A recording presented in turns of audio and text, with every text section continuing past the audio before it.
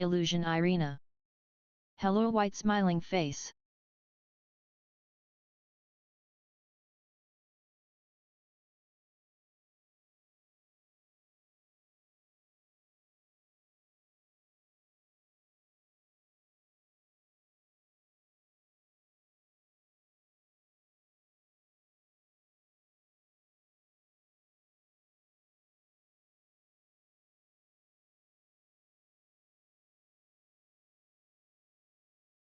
Illusion Irina.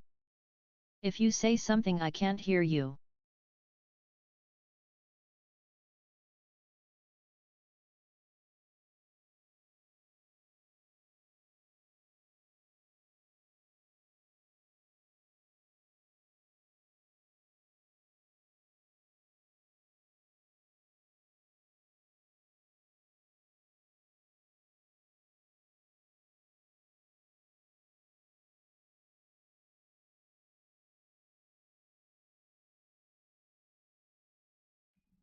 Okay, there you go.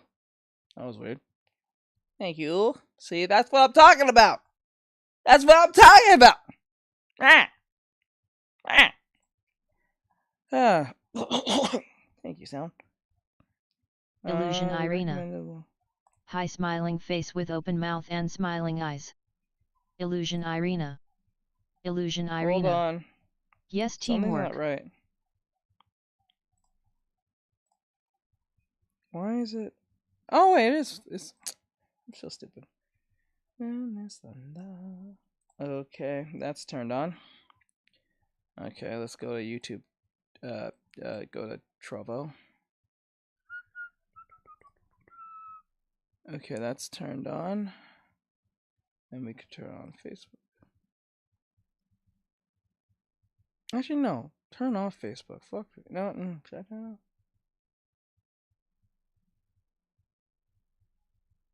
Have I been growing on Facebook? I don't think I have. I'll turn it on. It doesn't matter. I don't use it like that. Okay.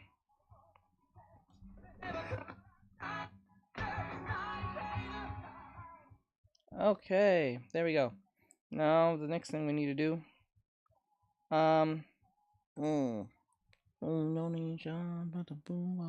Artextric. Send stars to show your support. Okay. Go over there.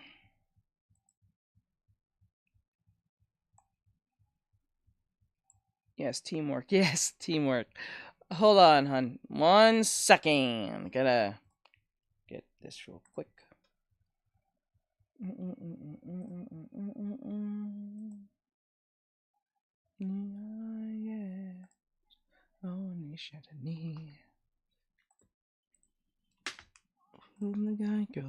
Okay, over here, and then what we'll do is class brainstorm school online class character design 0 week. All right. Go to my history.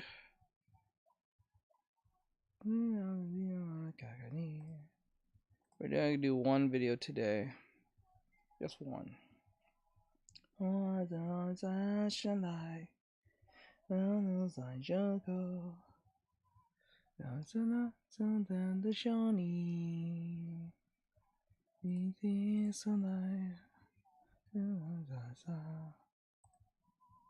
Okay, recommendations. Okay. 9 months ago, 4 months ago. Oh, is this one I wanted to? Okay. Okay, well, let's go.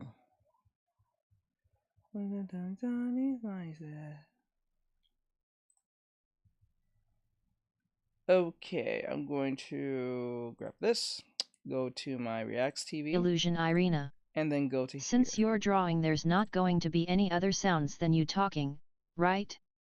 There'll be music, but that's gonna be through the mic or anything like that because like I don't play music through the stream because obvious copyright reasons, but I still get in trouble sometimes. But other than that, nope, there's gonna be no other sound other than like probably the TikTok gifs and shit. But other than that, nope.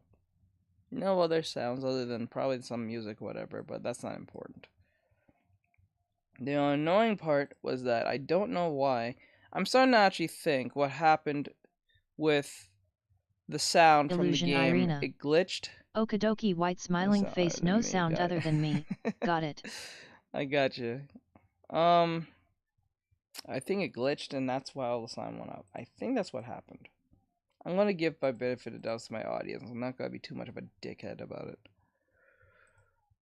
That's what I think what's happened. Okay, access out. Don't need this here. Okay, like there. And pull this like this. Don't need this either. Don't need this. What's this? No, keep that. Don't need this.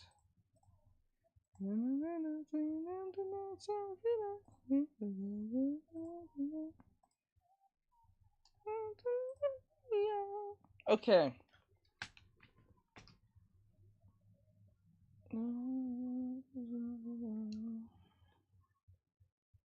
Back.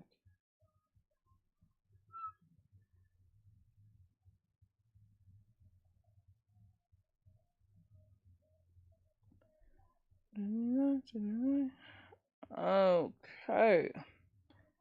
We are back. Boom boom boom boom boom.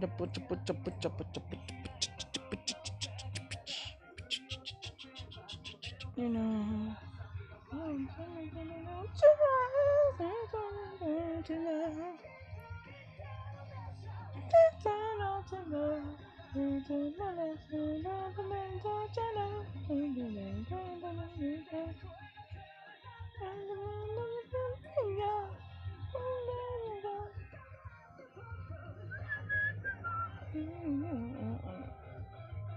I'm back, peoples. I'm back at it again. I'm back. I'm back. I'm back up. Back up. Back up. Back up. Back up. Back up. Back up. Back up. Back up. Back up.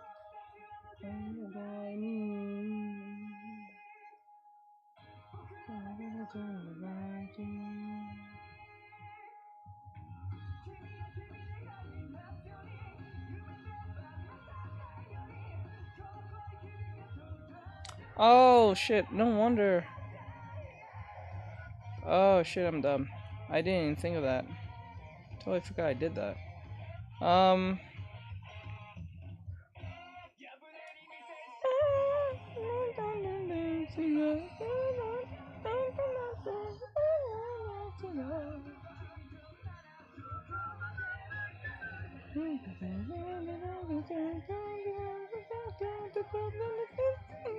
Illusion Irina.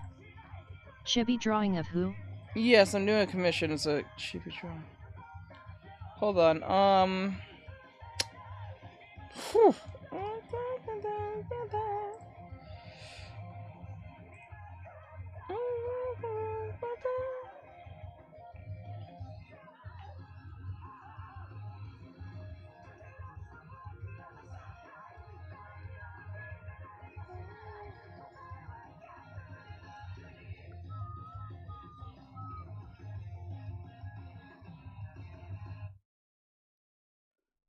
Okay. This is where the problem might come in. Alright, so I'm gonna fix these legs. Don't know why they look like that. I'm gonna fix these legs, bro. I'll make sure I get these legs. Okay, like that. Okay, I'll erase this.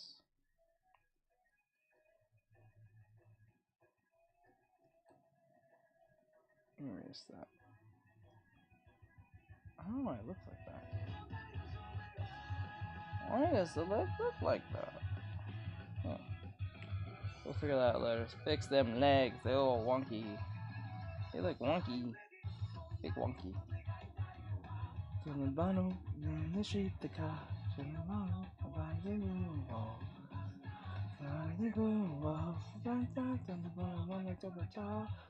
Says your pen came in. Yep.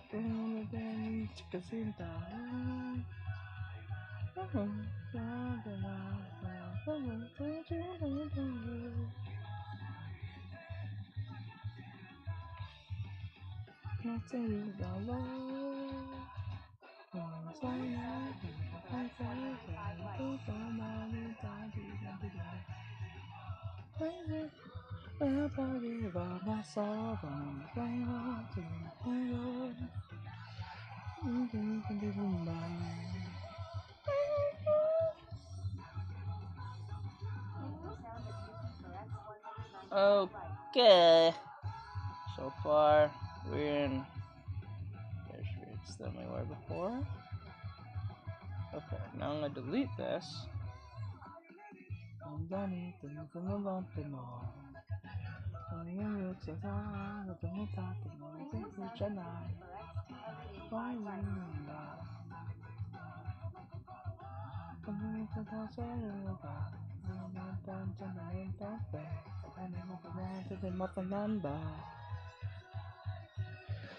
Okay. Thank you, Sound. Thank you for the like. I do appreciate it. Thank you so much, Sound.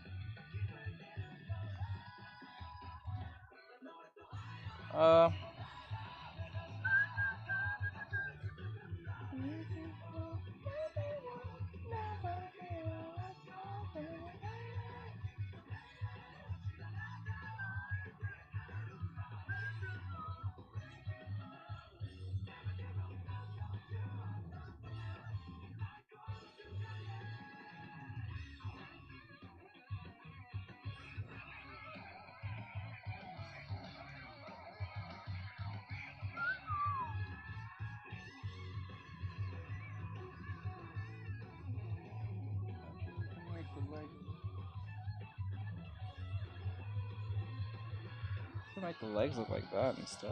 Yeah, could be like little nubs. Should have little nubs for legs. It don't have to be something insane.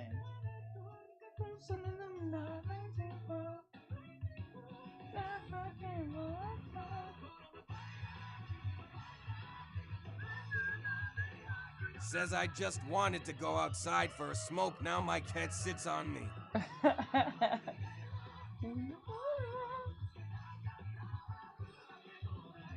They just want to sit. They're like, don't smoke. Not yet.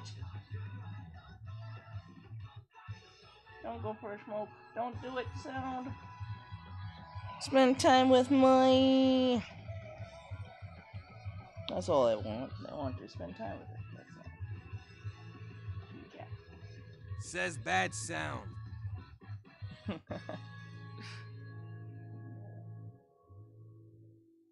me see here.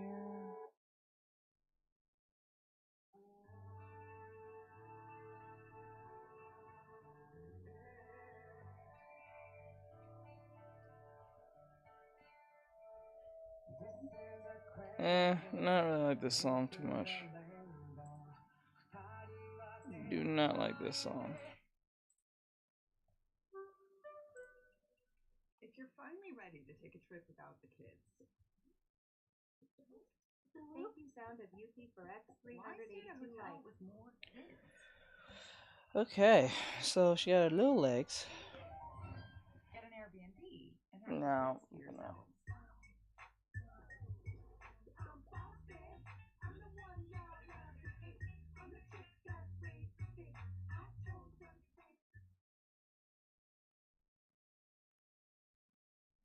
Okay.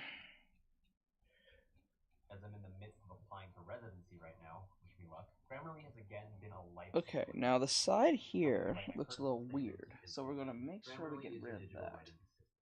Don't know where that's from. I'm gonna get rid of it. It looks really weird and strange. Now, what is this that's here? I can actually move with some free. I can move freely as I please. I'm not restricted to a fucking wire all the time. Thank God. I'm not restricted to a wire. Most cases, if you guys notice, I'm always restricted to a wire to the damn thing because it was charging it while I was using it, so it was forever was giving me power. But like, I think that's what killed it mainly. Because the overabundance of power is running through it. I have no time to rest. So the battery died faster than it should have. Learn my lesson from that now. It's like if you have your phone charged and you're using it. It actually kills the phone faster, believe it or not. Okay.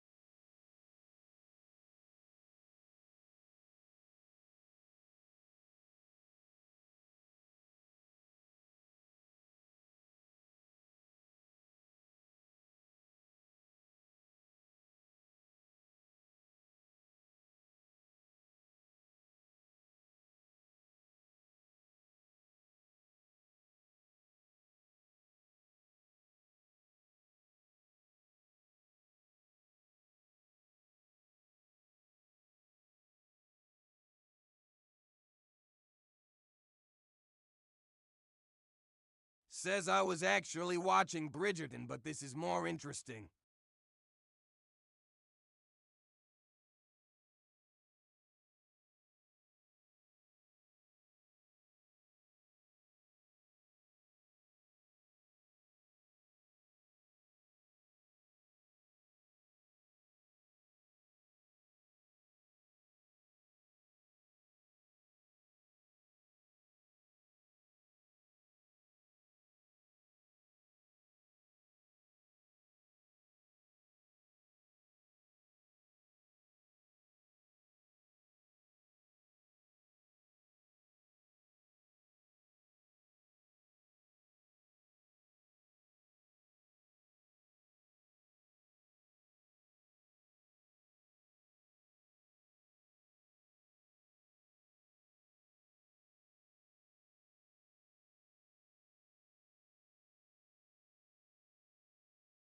Says no, I don't think so. It's just a lot of drama and women and men trying to find love.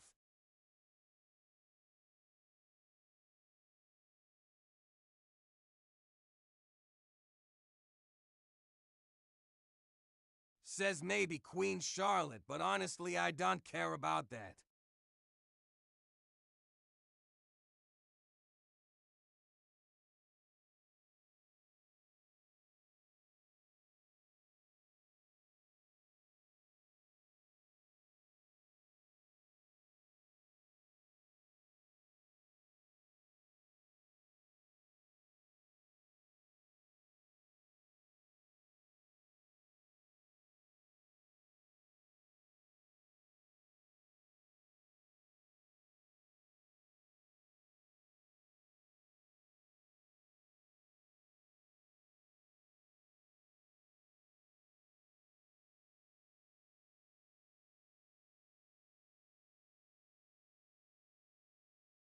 Says good afternoon, everyone.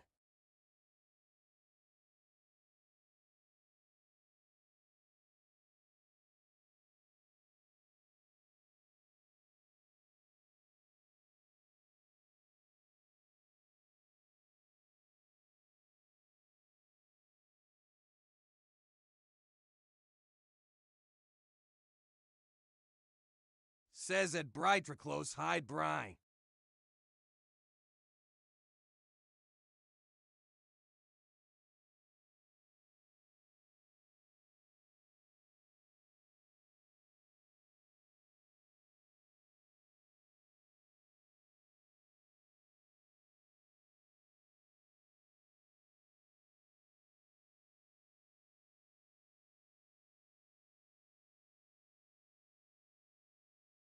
Says I didn't even see anything about it being problematic.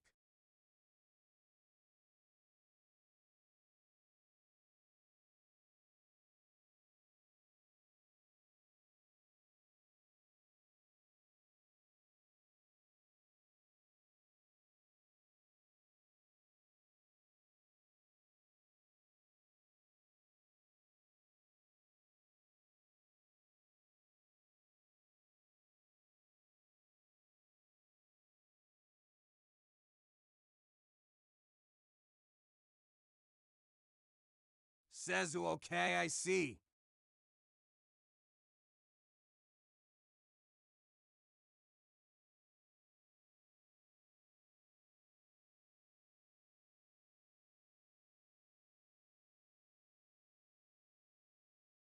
Says oh.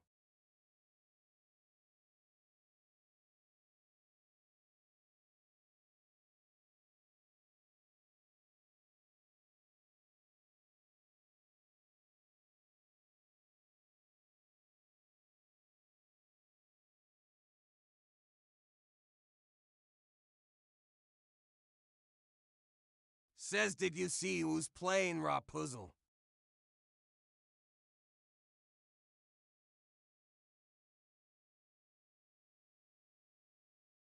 Says at Soundo Fuki, hi Yuki. Says yes.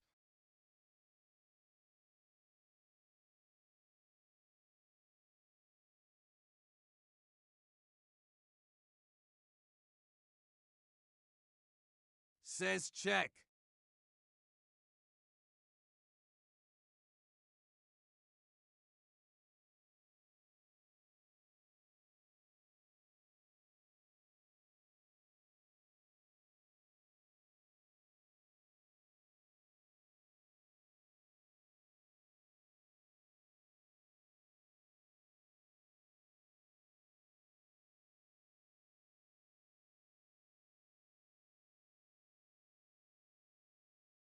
Says got the new stylist, I see.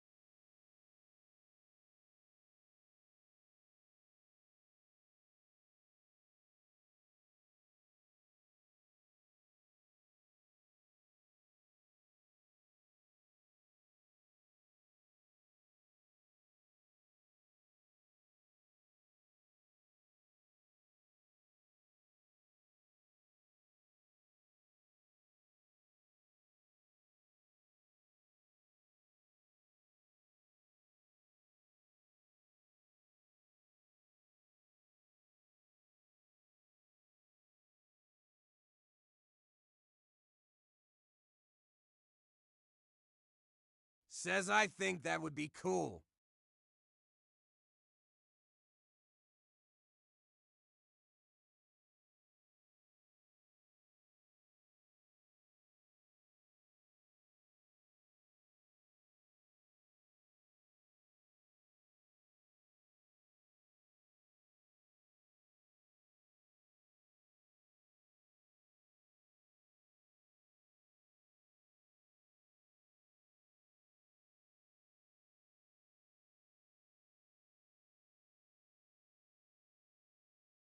Says no, read first comment.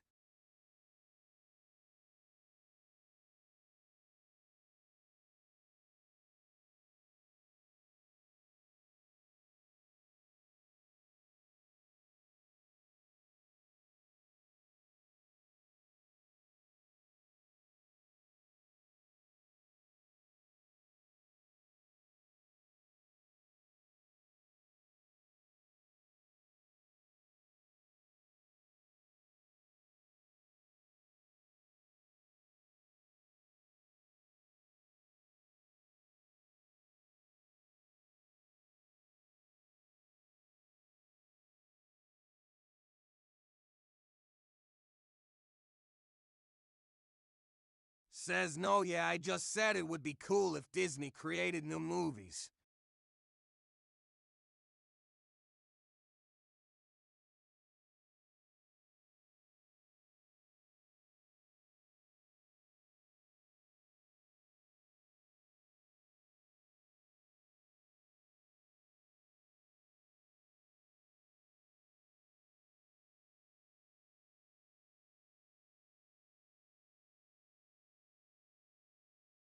Says yes, like they did with Mona and Encanto.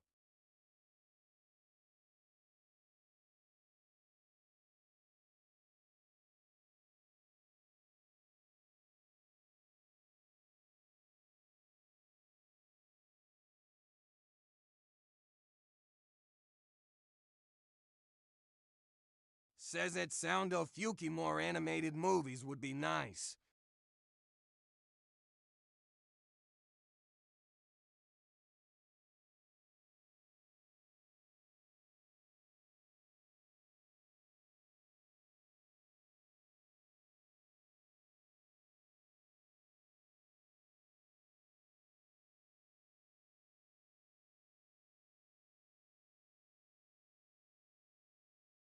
Says at Brightra close exactly I think so do. Says Coco was amazing too.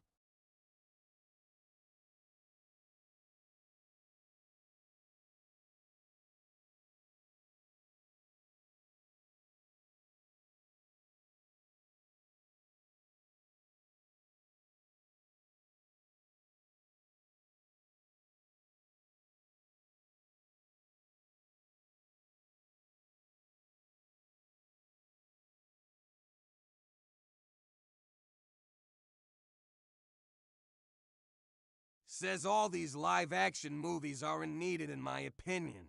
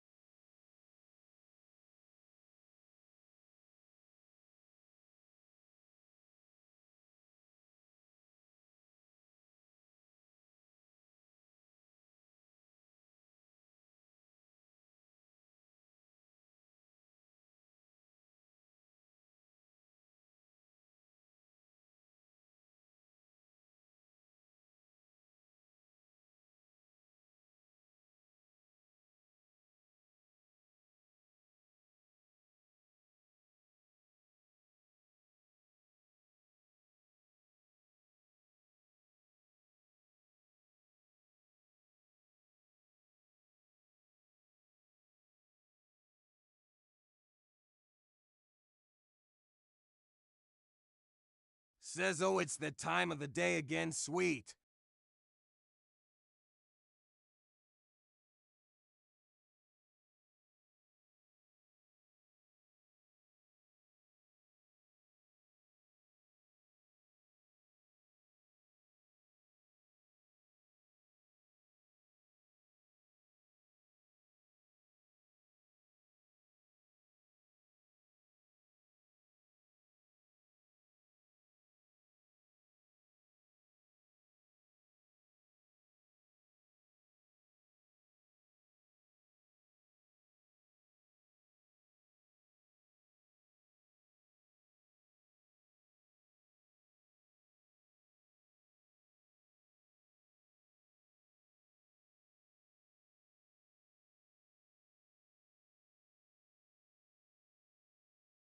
Says, yes, I don't think him going to watch any live action anymore.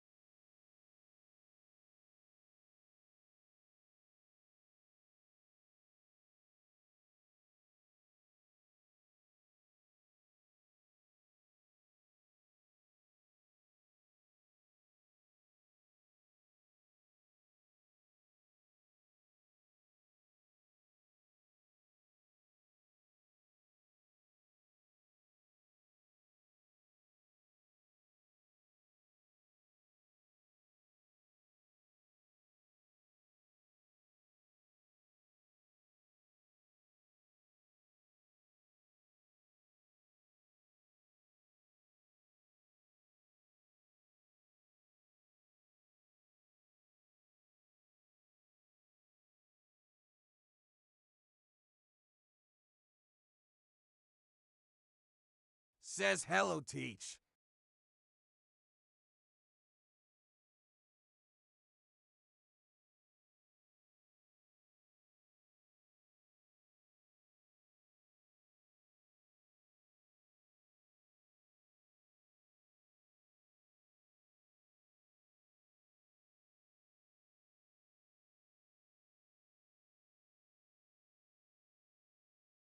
Says, oh, the new stylist came. How is it?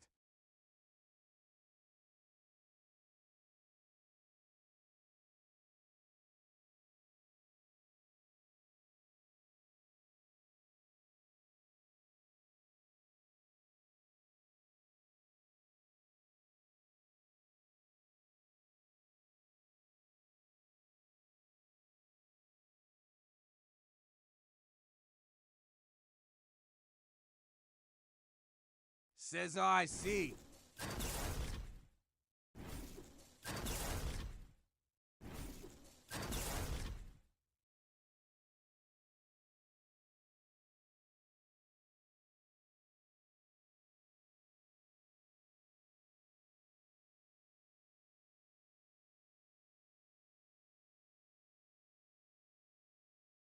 Says at High Mono.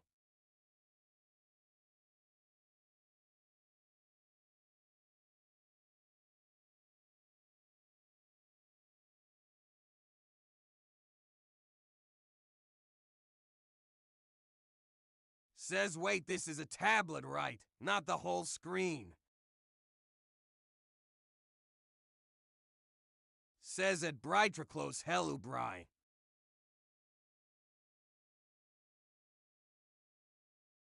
Says thank you for drawing lol.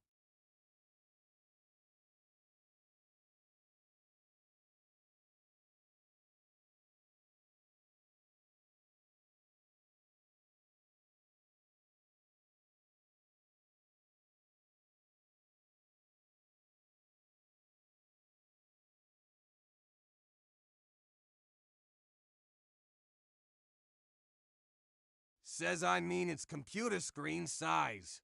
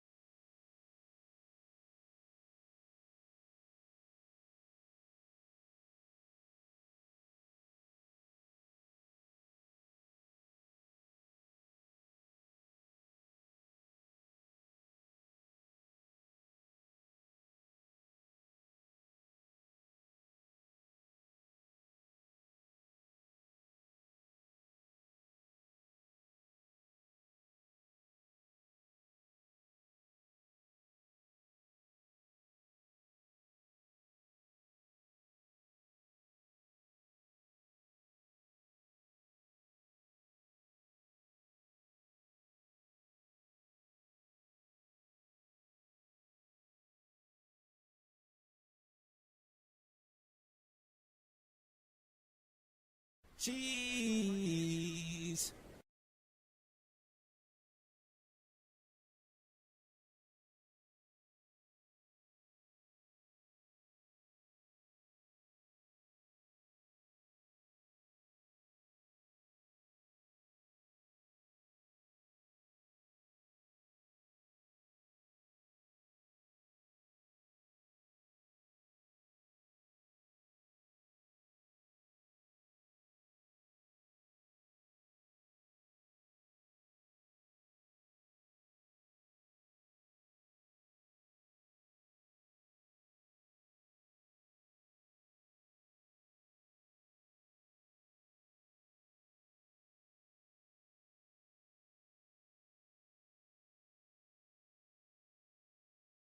Cheese.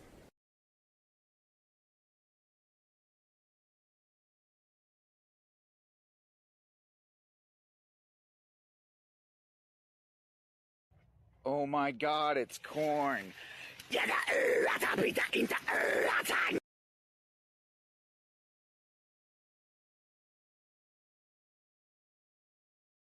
Cheese.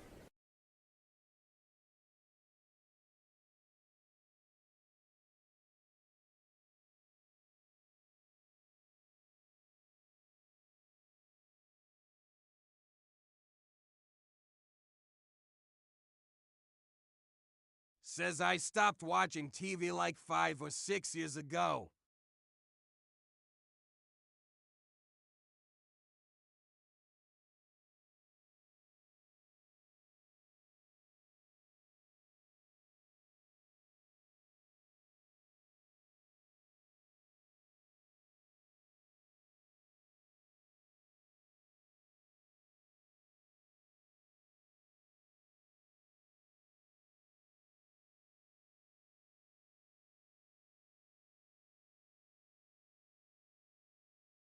Says him still watching TV but only for background noises.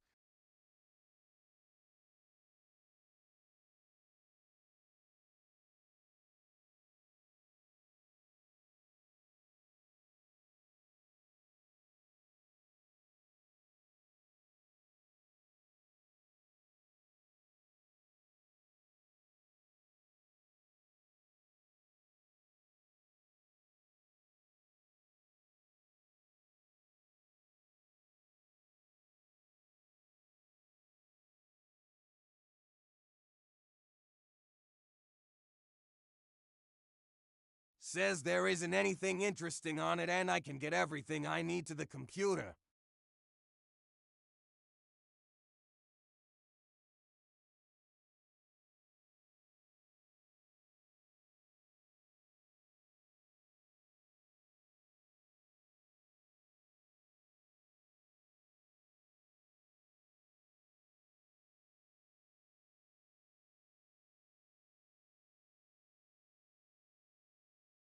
Says that TV show sounds really weird.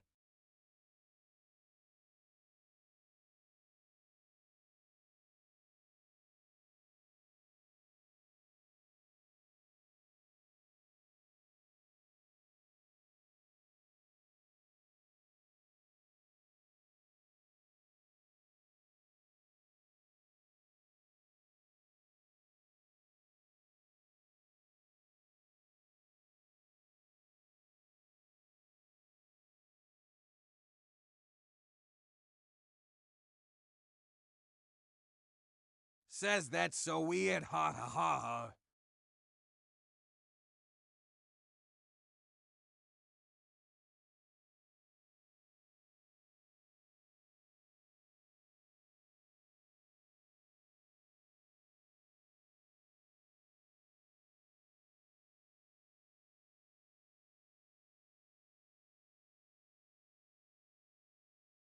Says I mean I watched MTV when I was younger, but I don't remember this show.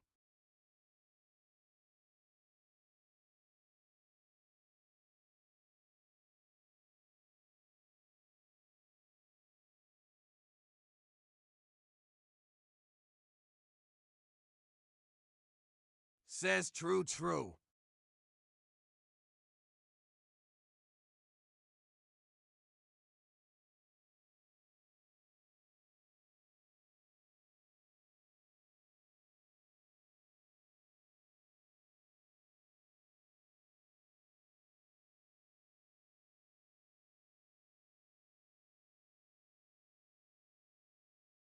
Says that us also has more stuff on Netflix than we have.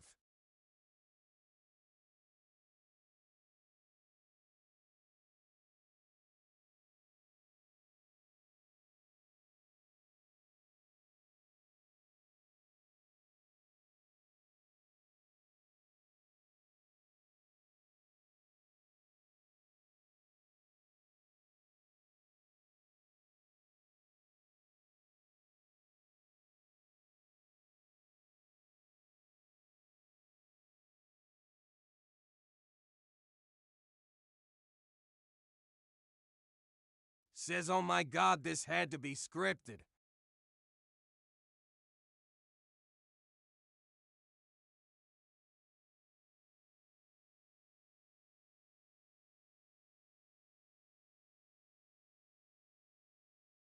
Says he'll look it up.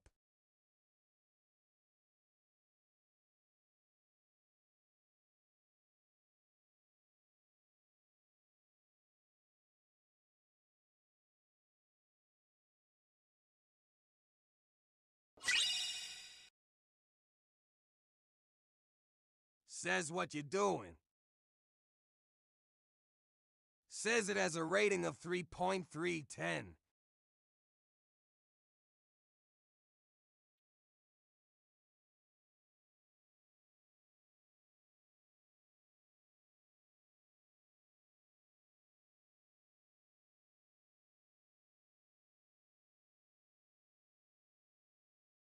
Says wow.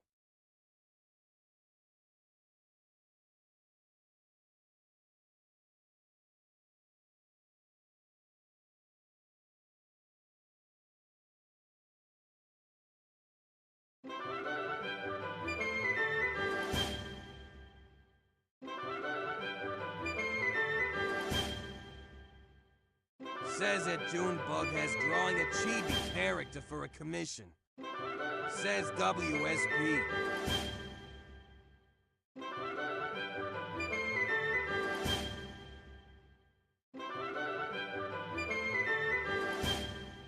Says him and the boys sleep over.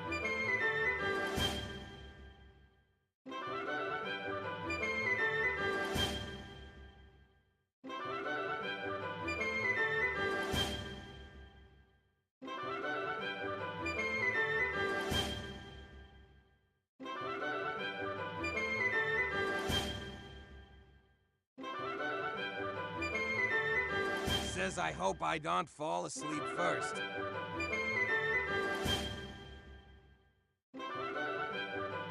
Says oh my god, the funny number.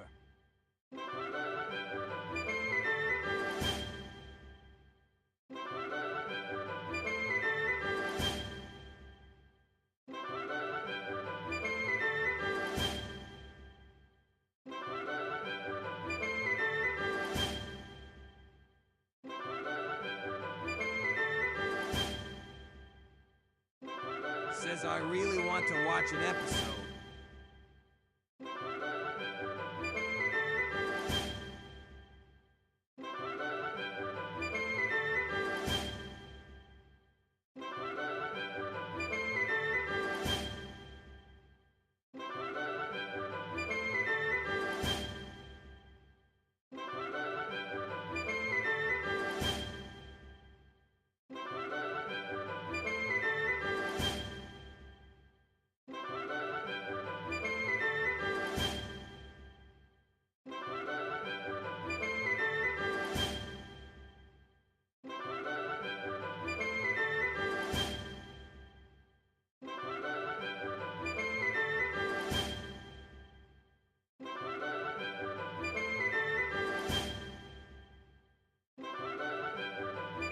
Says you are not the boyfriend.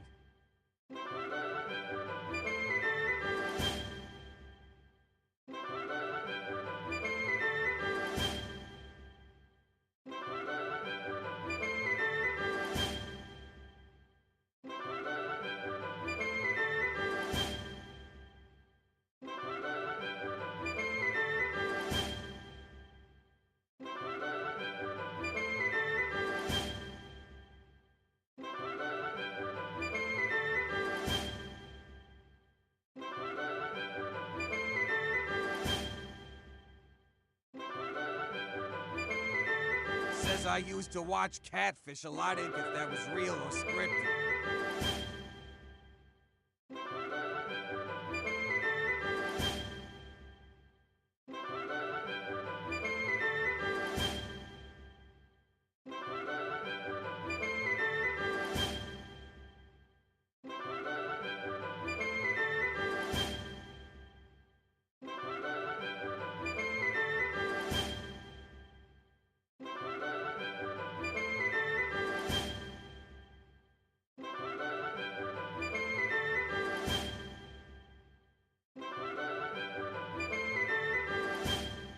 Says it's not that many.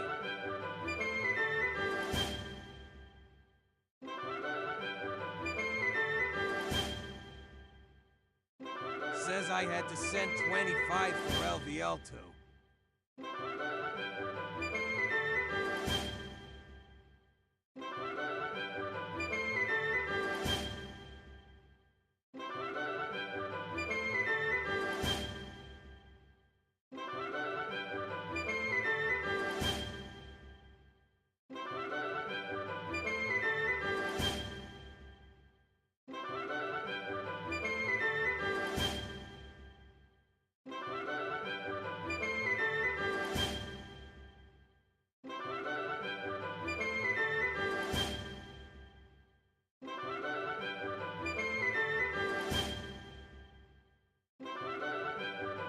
Says number 69.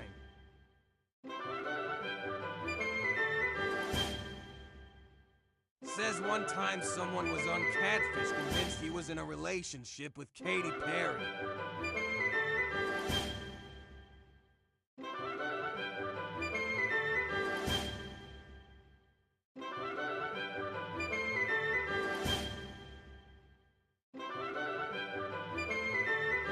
Says at that point I was like, okay, this is fake, this has to be fake.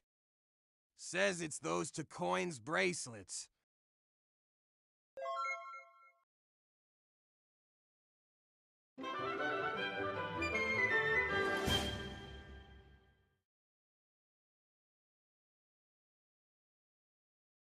Says someone created a fake Katy Perry account and talked to him like this for years.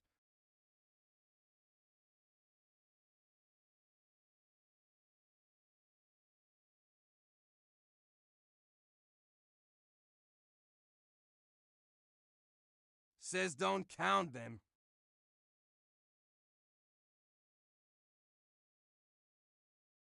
Says and they even found the girl and let her talk to him and explain everything.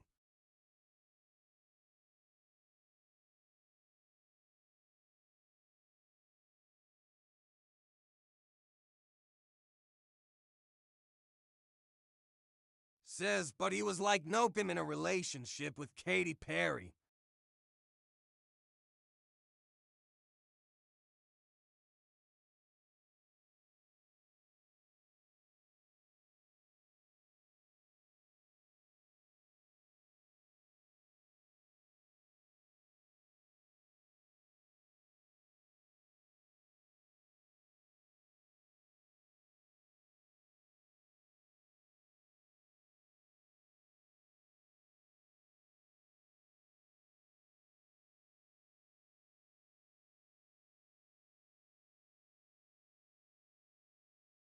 Says an old Nokia.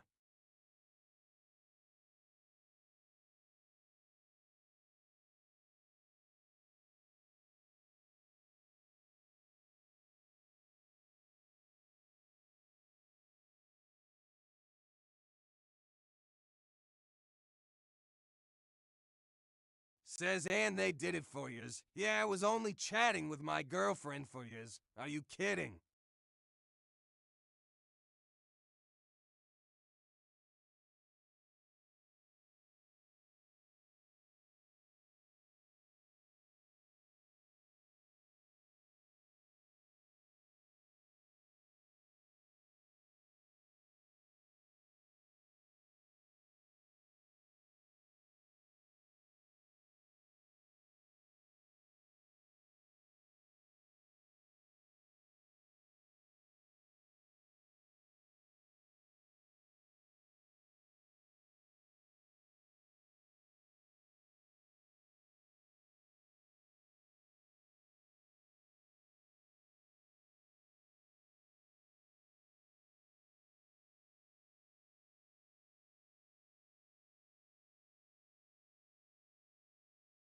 Says not me, I'm watching on the rock.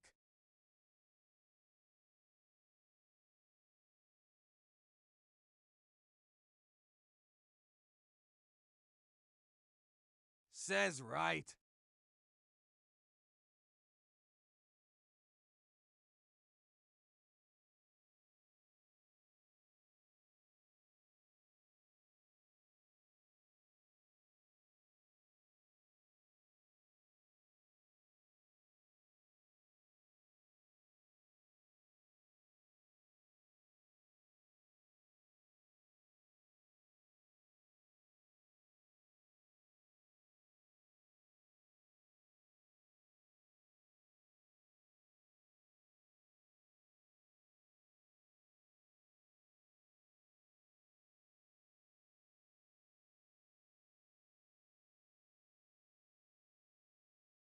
Says these are kinda 50-50s.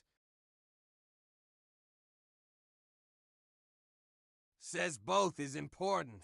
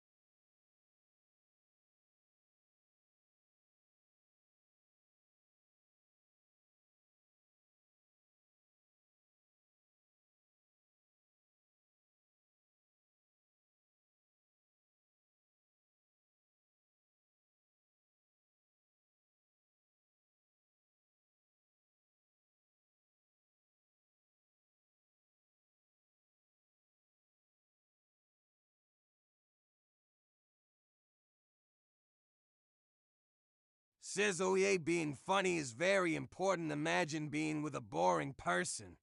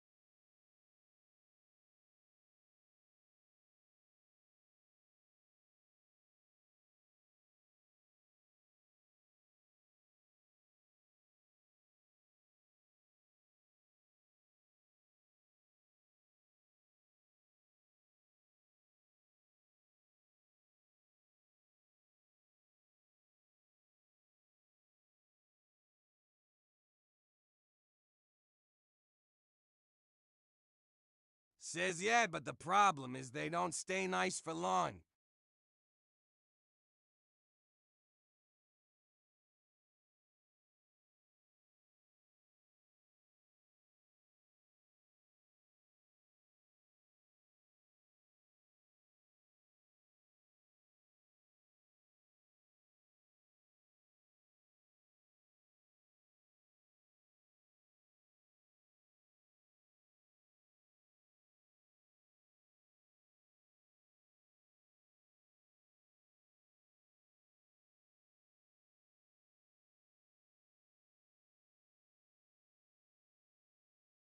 Says oh yeah, nice guys expect every girl to like them just because they're nice.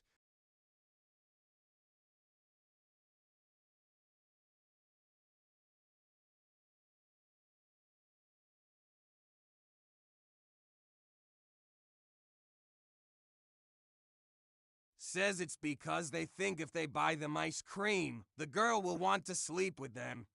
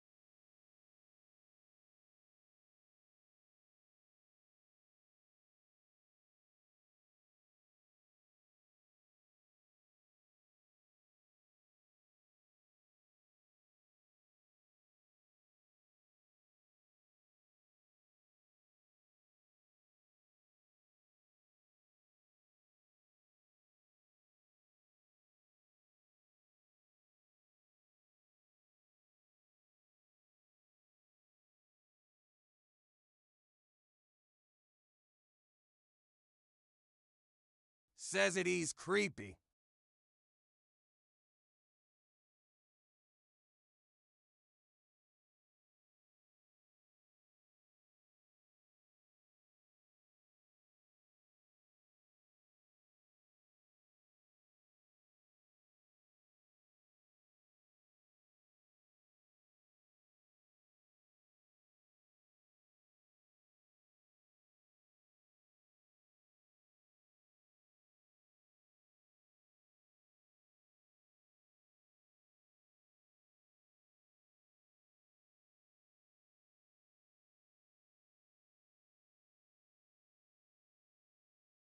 Says one time a guy thought I like him just because I was nice to him.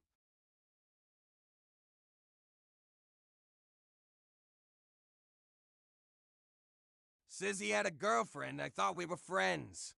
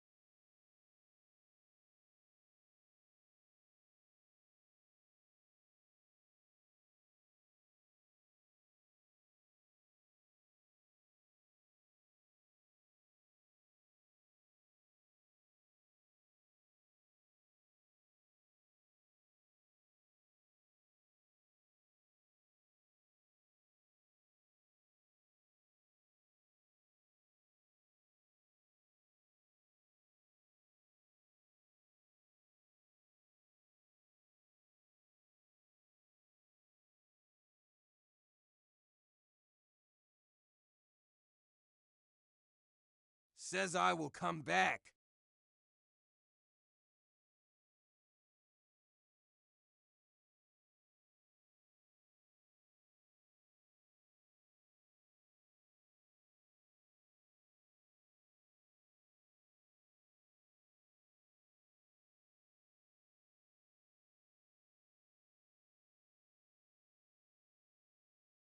Says it doesn't work anymore.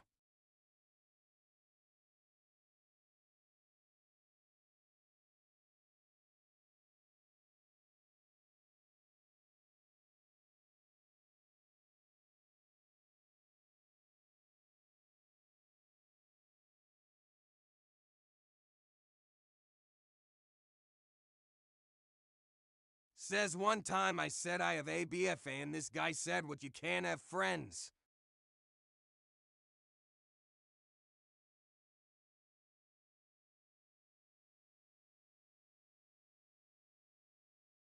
Says his intentions were very clear though.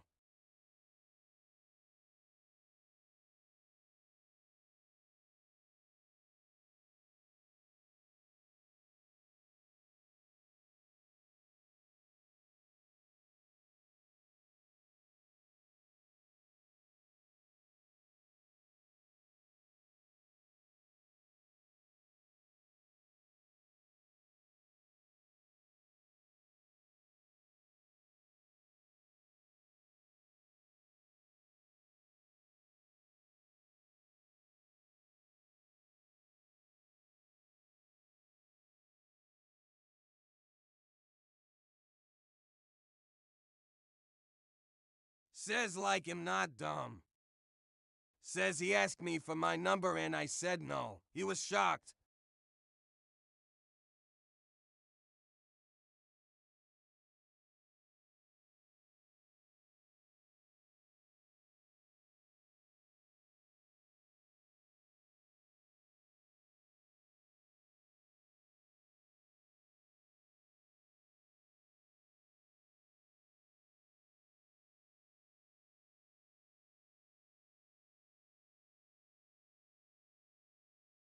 Says he said, no one ever said no to me.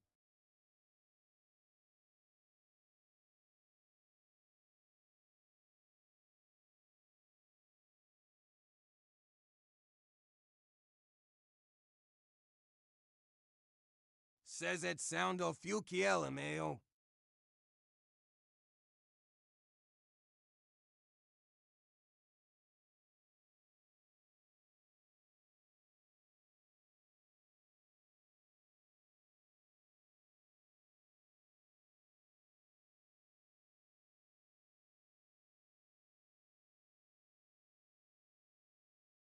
Says I you have your pen back.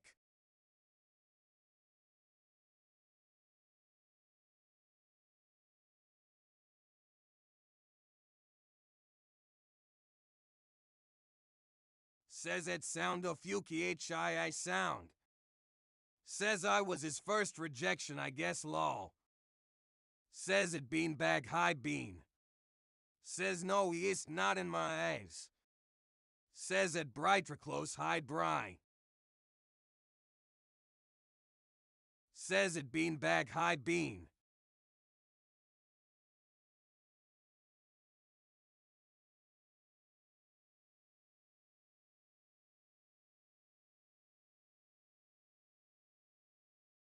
Says it sound o fuki hope you're doing well. Says I don't think has attractive.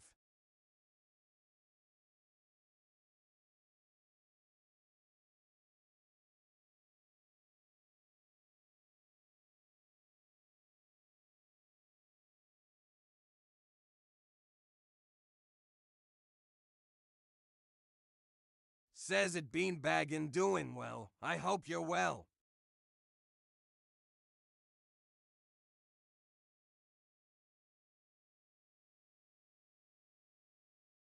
Says no has not conventionally attractive.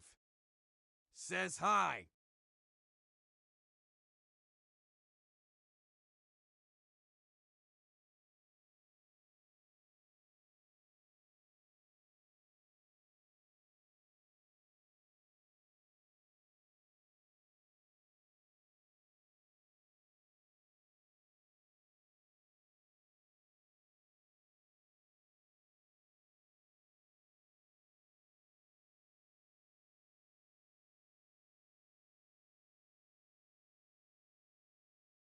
Says at Emma hi.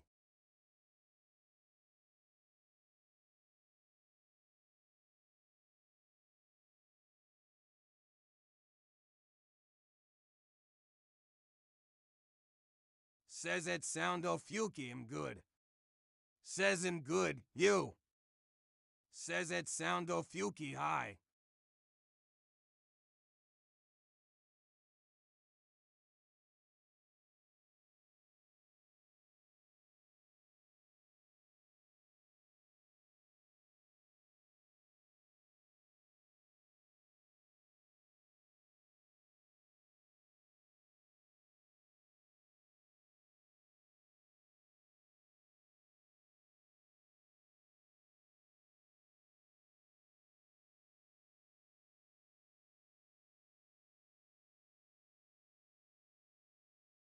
Says it beanbag house little bean sprout.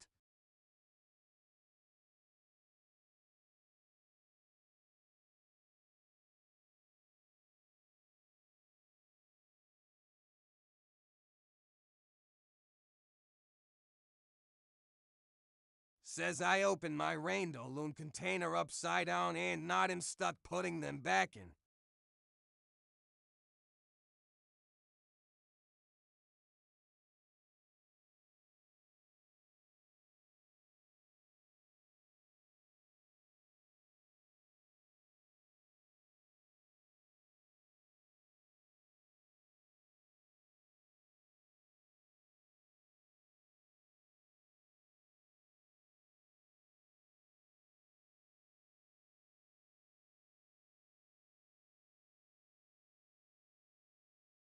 Says it's rubber bands that you can make bracelets from.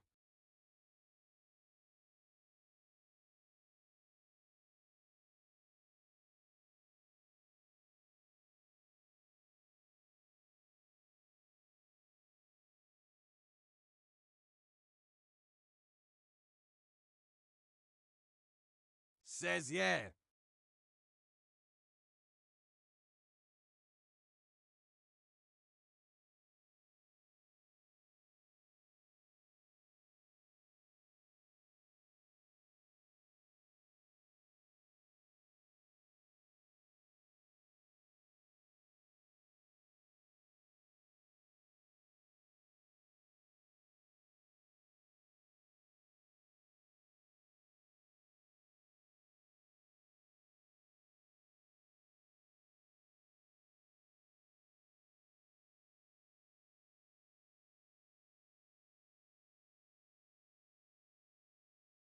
Says exactly.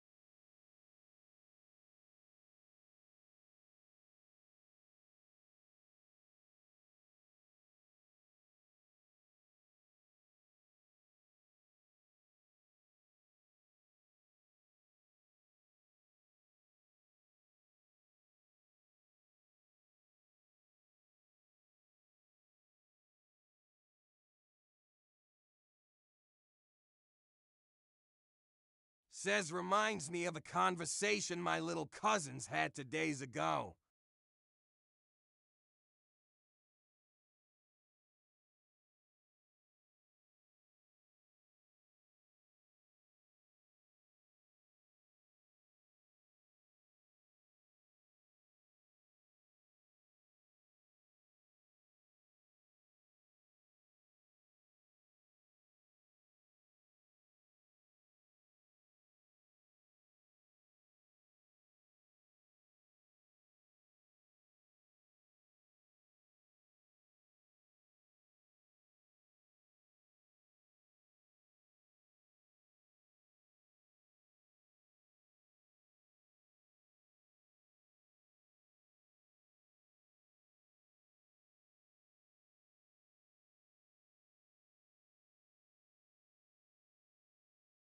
Says about who their celebrity crushes are.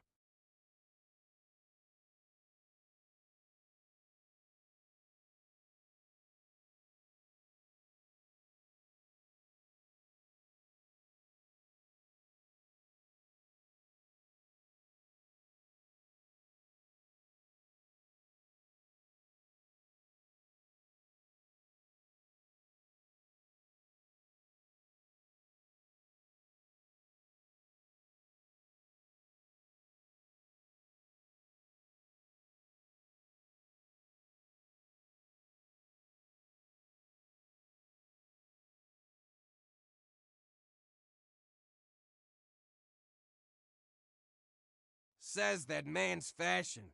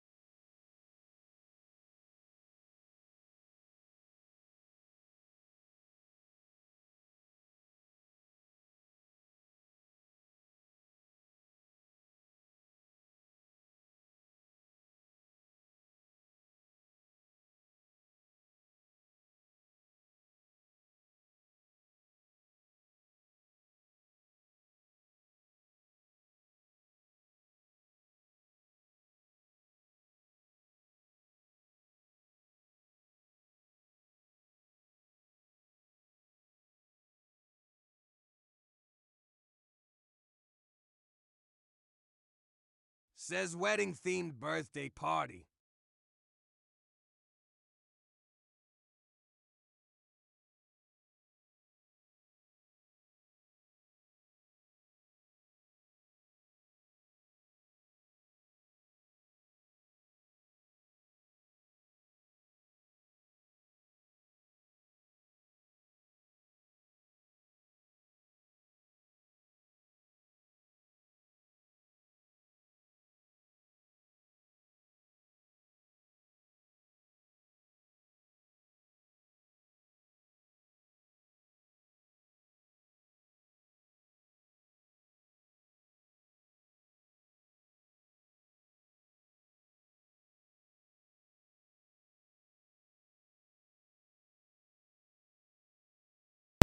Yo, oh my god, everyone was over there on YouTube Shorts. I need to get a notification to let me know that people are over there.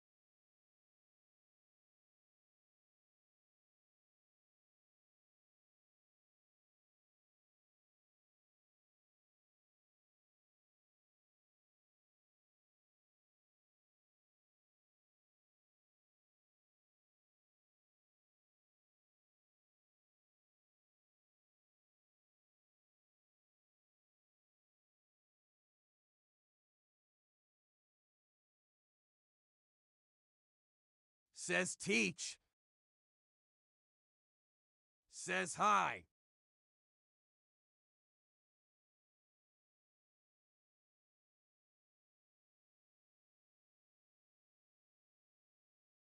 Says at Brightriclose hide Bry.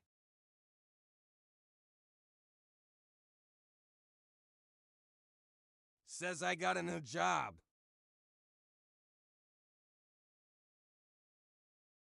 Says at Chloe Collins hi Chloe.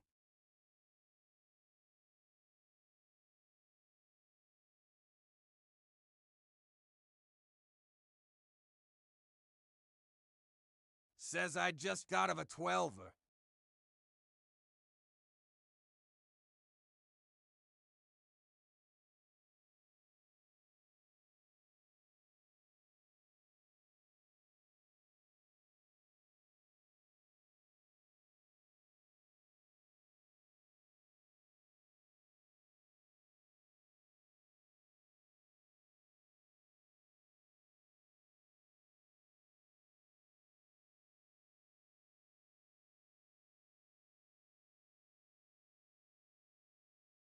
Says dementia care.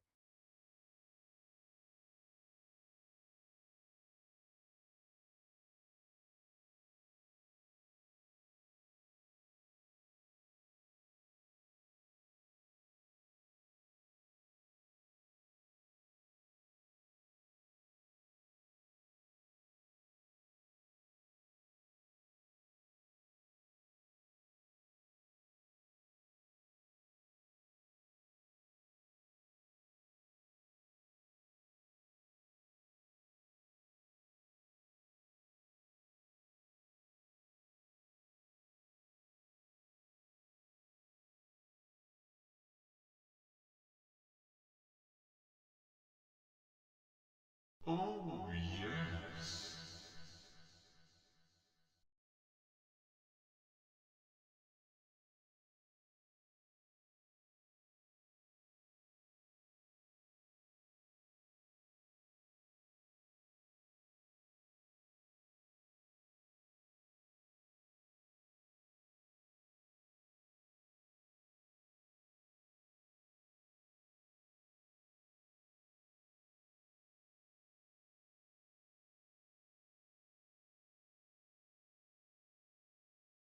Says I gotta go, it was nice talking to you. Have a nice evening, everyone.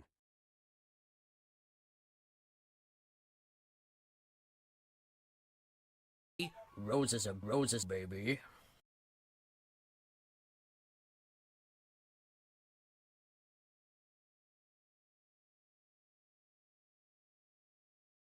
Says sorry it buffered and I didn't catch the last minute.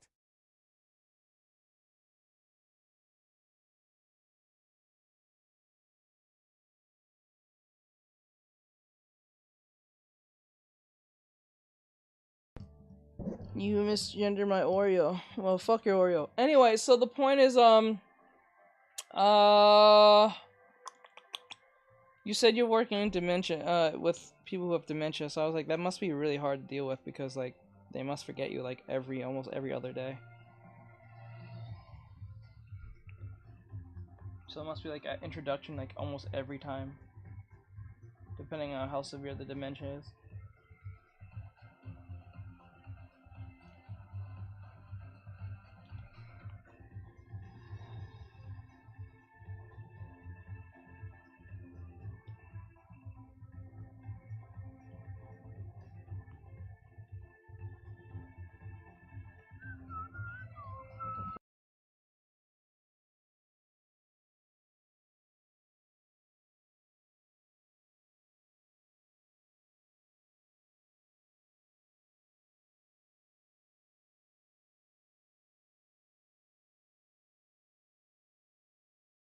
Raisin Says they underscore can XD. recognize that we're Did staff affirming cause the gem uniform stream. and badge.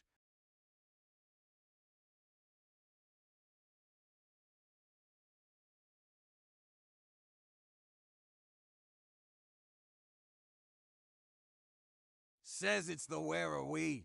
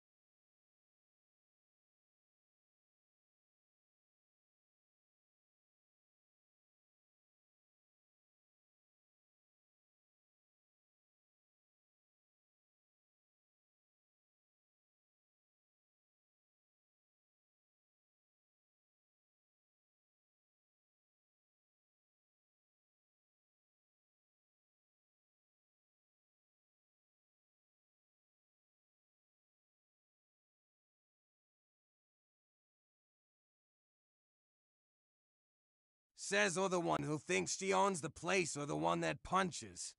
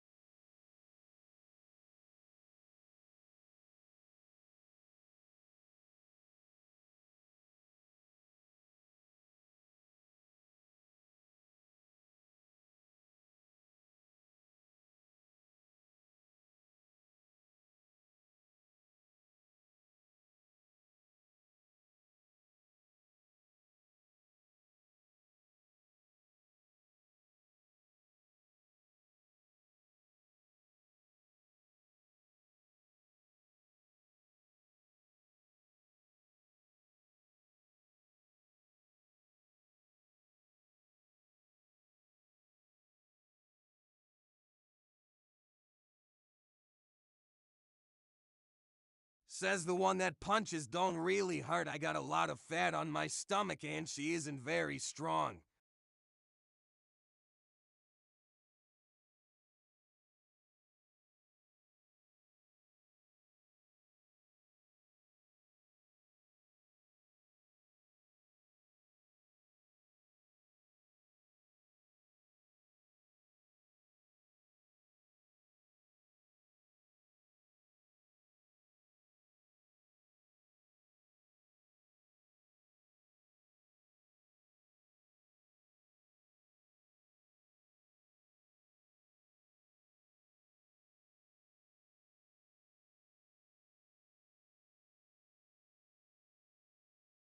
Says 1,157 pounds an hour and a pound extra for the overtime.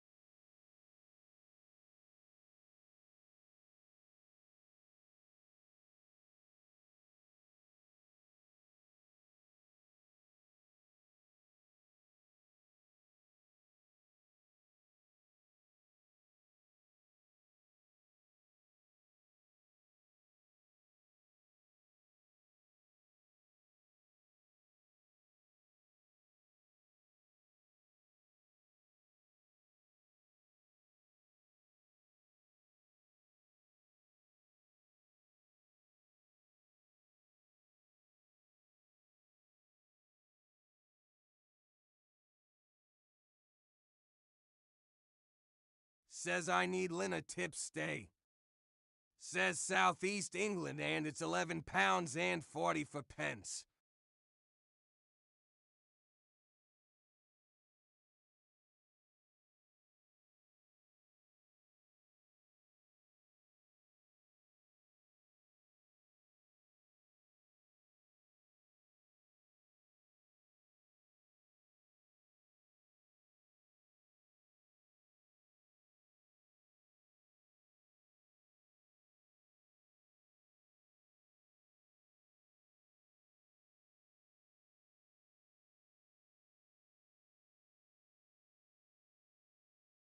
Says guess who I am?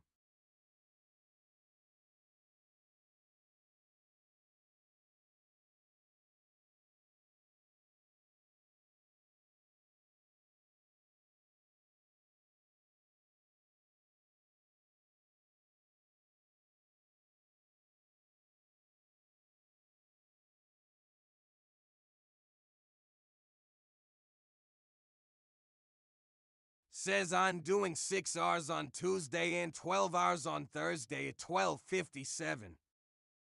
Says guys in literally Izuku Midoriya.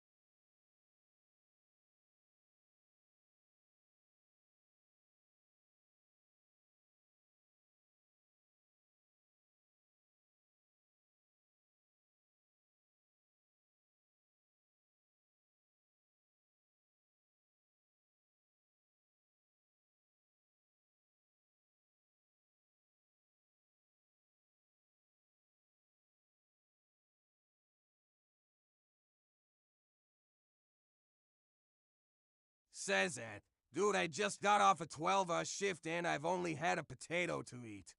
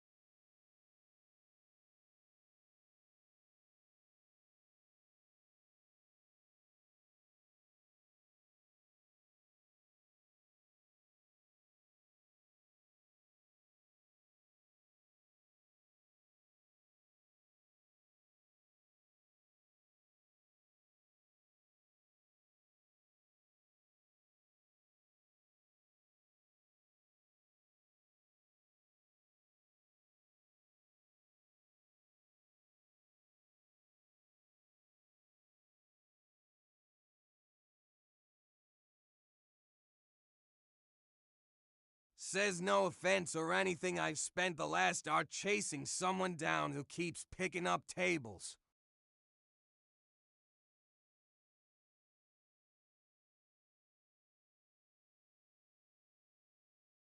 Says that. I couldn't care less. You could be King Charles.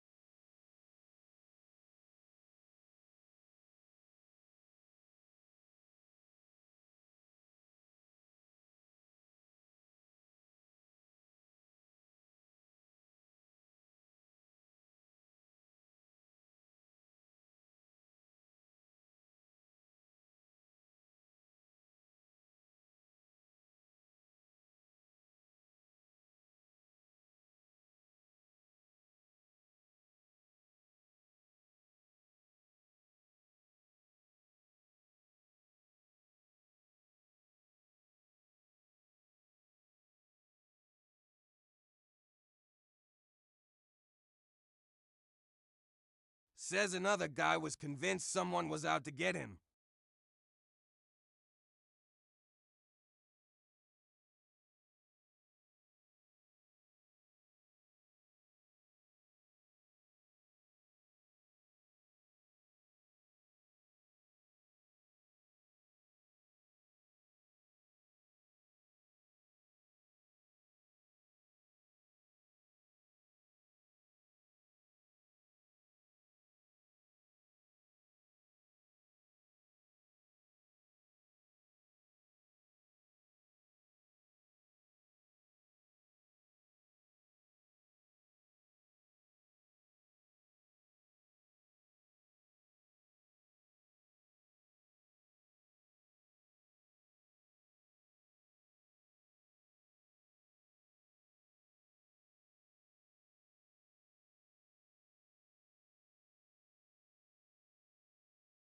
Says okay.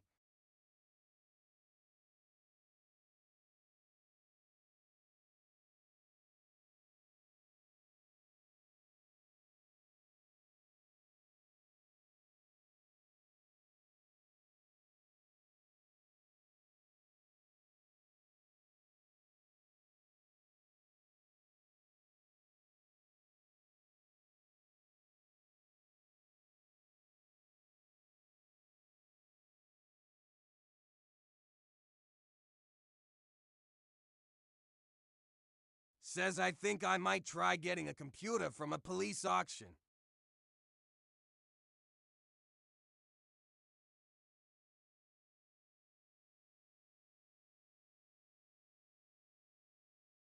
Says instead of new.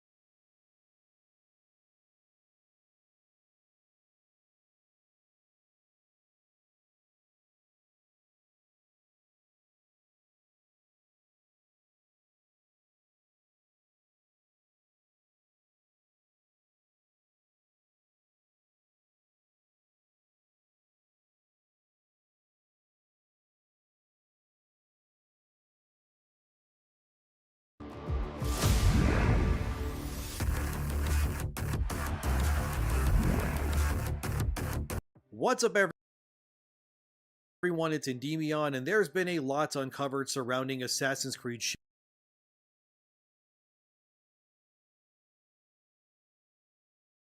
Shadows and the inner workings of this game. This entire thing is filled to the brim with DEI nonsense, and I'll even prove it to you. Seriously, there's so much to go over, it's ridiculous, and one of the writers is a big fan of Sweet Baby. And one of the consultants on the game has published books pertaining to adult on-child romances. And the Japanese player base are pissed, and that's putting it lightly. I wish I was kidding, but you'll see.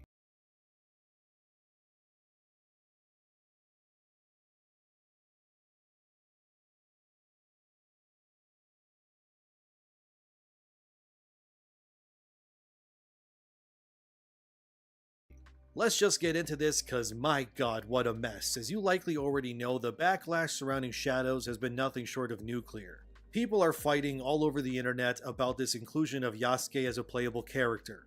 According to one senior writer at Ubisoft, Yasuke is mandatory for Shadows. This article goes into more about that from that Park Place titled, "Senior writer for Assassin's Creed Shadows declared there's more than enough games out there with white men as the only playable characters, let's do better."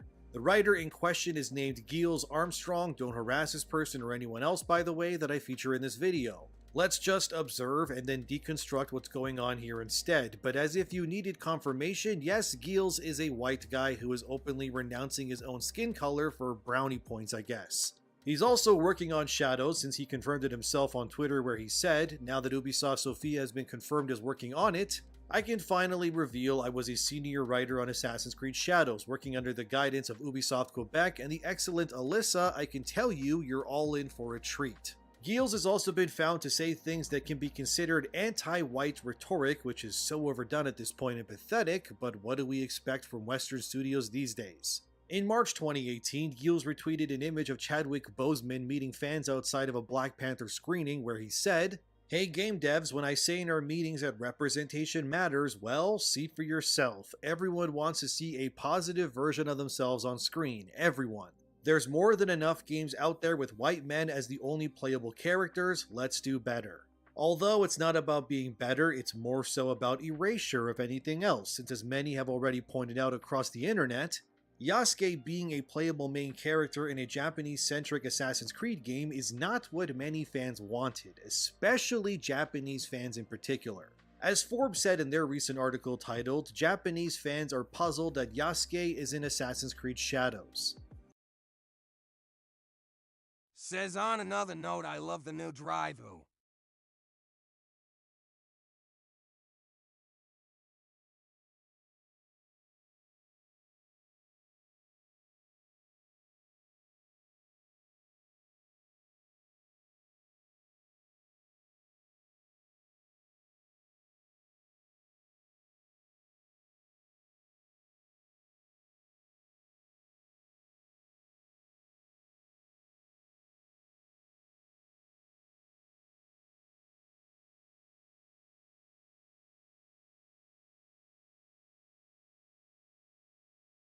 The Forbes article recites Manga Lawyer as an example who compiled what some Japanese players were saying once they saw the Shadows premiere trailer, and it's, well... Wait, was I on mute? No!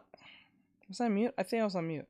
Oh, we gotta redo this whole thing again. So, with this said, guys, for those who don't know, this is I have to cut this off. But Endymion, this is from Endymion. This is Assassin's Creed Shadows woke Sweet Baby agendas expose Japanese players reject the woke. I mean, reject Yasuke. I was about to say Yusuke. I'm thinking of what is it called? Yu Yu Hakusho. But yeah, this is basically the woke eating itself in a sense. So we'll see what it's about. Sorry about this. I have to replay this because I didn't know I was on mute. What's up, everyone? It's Endymion, and there's been a lot uncovered surrounding Assassin's Creed Shadows and the inner workings of this game. This entire thing is filled to the brim with DEI nonsense, and I'll even prove it to you. Seriously, there's so much to go over, it's ridiculous, and one of the writers is a big fan of Sweet Baby. And one of the consultants on the game has published books pertaining to adult on-child romances. And the Japanese player base are pissed, Oh and that's my God. putting it lightly. I wish I was kidding, but you'll see. Let's just get into this, cause my god, what a mess. As you likely already know, the backlash surrounding Shadows has been nothing short of nuclear. People are fighting all over the internet about this inclusion of Yasuke as a playable character. According to one senior writer at Ubisoft, Yasuke is mandatory for Shadows. This article goes into more about that from that Park Place titled, Senior writer for Assassin's Creed Shadows declared, there's more than enough games out there with white men as the only playable characters, let's do better. The writer in question is named Giles Armstrong. Don't harass this person or anyone else, by the way, that I feature in this video. Let's just observe and then deconstruct what's going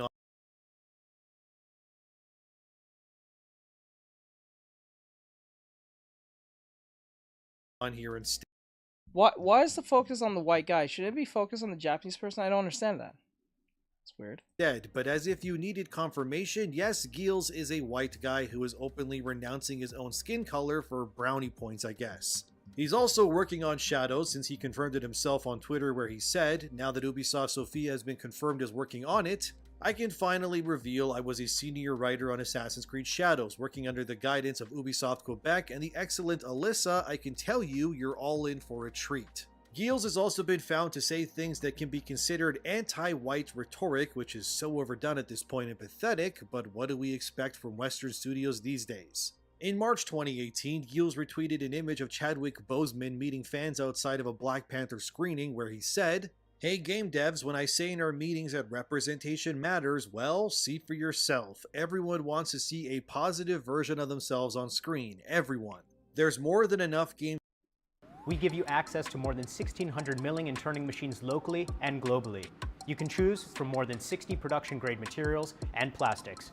Over the games out there with white men as the only playable characters, let's do better. Although it's not about being better, it's more so about erasure if anything else, since as many have already pointed out across the internet, Yasuke being a playable main character in a Japanese-centric Assassin's Creed game is not what many fans wanted, especially Japanese fans in particular. As Forbes said in their recent article titled, Japanese fans are puzzled that Yasuke is in Assassin's Creed Shadows.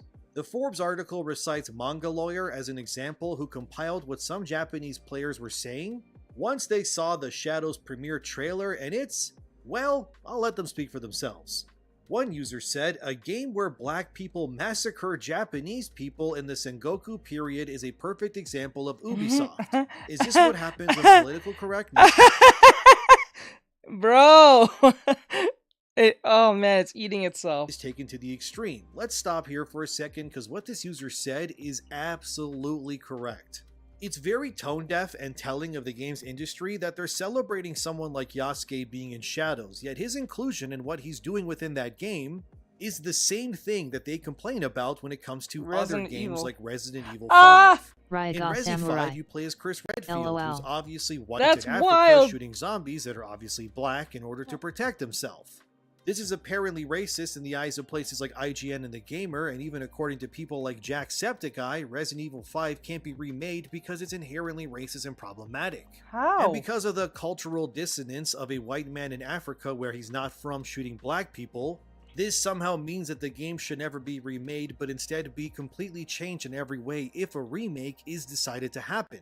On the flip side, we have Yasuke, who is exactly like Chris Redfield in terms of position. He's a black man in Japan, where he obviously doesn't originate from. And he's shown in the trailer to be cutting down Japanese men like they're nothing more than bamboo branches standing in the way of his mission. So why is it that when Chris Redfield is protecting himself from not becoming a zombie against black zombies, and he's in Africa, which is predominantly inhabited by black people, that is somehow problematic? Yet a black man slicing Japanese men without remorse is not only okay, but glorified as well. It's a double standard of the highest degree is what it is, and there's no excusing that. Based on this alone, Shadows having Yasuke doing what he's doing is technically racist within itself if we are applying the same logic that they have with Resident Evil 5 and Chris. He's right. But of course, it's only racist in Resi 5's case because Chris is a white man, therefore he is seen as some sort of cultural appropriating predator because of his skin color. Yet Yasuke is fine because he's a black man, even though if we compare the two, Yasuke is literally wearing the armor of the people that he slays without remorse. How is it that Yasuke is fine, but Chris is racist? It's ridiculous, and this is what this user is saying, although of course I expanded their logic to further explain it here, but you get what I mean. If we're going to be crying and pissing ourselves because Resi 5 is racist apparently, then the same people should keep that energy with Shadows. But it's simply because, ultimately, Shadows stars a black man, whereas Resi 5 has a white guy. I guarantee you, if Shadows starred William Adams, who was a white man that established trade routes in Japan, and it was the same trailer and everything, just a white guy instead, these same publications would cry racism and say that it's cultural appropriation. Yep. They're hypocrites is what it is ultimately, and I'm sick of seeing it. Here's more of what other users in the post said, like, "The sword is in the wrong position, it's no good to have it open at your side." So Ubisoft apparently doesn't even understand sword placement in terms of traditional Japanese weapons. Well, it gets even worse. I wanted Yasuke to appear as an ally. Are they mocking Japan? They should have made someone like Saizo Kirigakakuri, I said that wrong, but whatever, an assassin. By the way, that Saizo guy is a fictional character in Japanese mythology that was considered one of the greatest ninjas in Japanese folklore. He's akin to Japanese mythology the same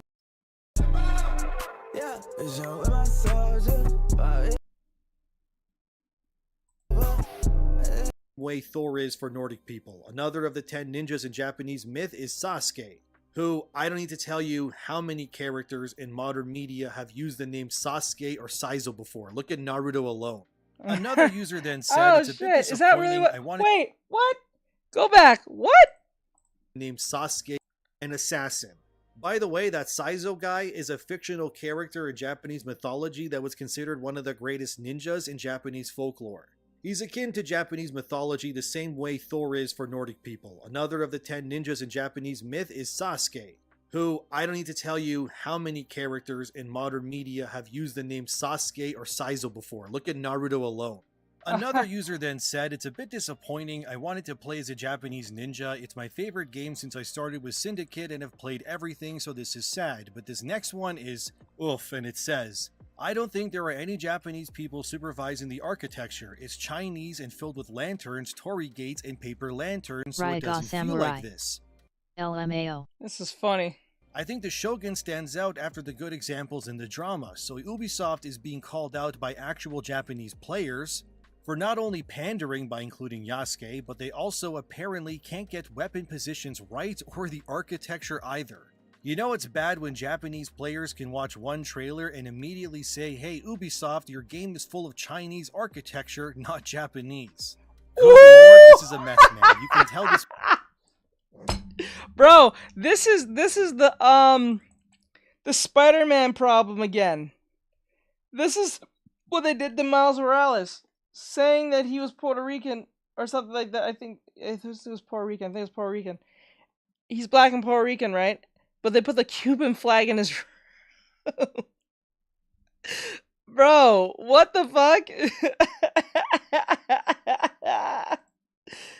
Bro, come on, man. You guys had one job. Damn. One! This was made by liberal white people who know nothing about anything. Yep. But simply saw a black guy mentioned once in Japanese stories and just went, ran with that. That's our ticket to DEI fame. Yep. Manga Lawyer on Twitter compiled even more... Yep, that's the scariest part. They'll hear one thing. That's why you don't give them any ideas. They hear one thing and they run with it. And they don't, like, shit. Comments by Japanese players that said stuff like, it may have existed in real life, but when a foreigner like this appears in a historical drama-like world, it just seems like a gag. This sense of discomfort is like seeing a Japanese person appear at the Boston Tea Party. And they're right, but it gets worse because another one said, up until now, the main characters have been the original local races and ethnic groups. But why do they become different races when it comes to Japan? This person is completely right, by the way. Every other time it's been the case except now. And then this one is the zinger, which said, for the first time I understood what cultural appropriation was. Oh man, do I feel for Japanese players. They waited so long to see an Assassin's Creed game set in their homeland, and then Ubisoft took the piss and ruined them for DEI brownie points. Of course, some people are trying to play gotchas in this situation, saying, well, why wasn't anyone angry about Edward Kenway in Assassin's Creed 4? He's a white guy in the Caribbean. Even one user who I'm like 99% sure is the same person who painted those Warhammer figurines into various gender flags. Anyway, they said this on Twitter. Game set in the Caribbean, play as a Welshman. I wonder why that one wasn't included. Yeah, I can answer that, by the way. The reason why it isn't included is because during the golden age of piracy, the actual notorious pirates of that time were predominantly European people. We're talking Irish, Welsh, which is what Edward Kenway is, by the way, English, and even French. The pirates of that time were using the Caribbean as their playground, but of course I don't expect woke weirdos to know anything about history anyways. Yeah. Most of these people only know what their equally woke school teachers and professors told them, which is largely just a tailored version of history. They probably also think that Cleopatra was indeed a black woman too, because diversity. But no, the pirates that roamed the seas attacking British and French ships during the age of piracy were not black, even though it was set in the Caribbean. There's a reason why the French and British armies were having so much trouble with these pirates. It's because the pirates knew how they operated, their trade route. Yeah, if I remember right, I think majority of those pirates were ex-military, I believe. I think there was like ex-military individuals. So they like ex-army or ex-soldiers from way back when. So they knew how they kind of knew how to fight, and they knew how to deal with certain tactical ways of getting around them sometimes, because they were like ex-army or ex-military or something like that. And use weaponry and tactics of equal standing because they came from the same places as those same government officials. My god, I can't believe I need to explain basic history like this. I just said it! I shouldn't be surprised anymore these days. So using Edward Kenway as some sort of gotcha against Yasuke is moronic, so just stop. Please wear a helmet, because clearly your brain is already damaged enough. And while we're at it again, stop using Neo as some sort of gotcha as well. The game is literally about fighting demons and summoning spirit animals that come out of your soul to kill stuff. I hate it here sometimes, but nothing really brings out the stupidity in the online community like a good controversy does it. It is sad and pathetic that Ubisoft has decided to culturally appropriate Japanese players' heritage in the name of woke diversity points. Every other game has featured an assassin from that region of the world, even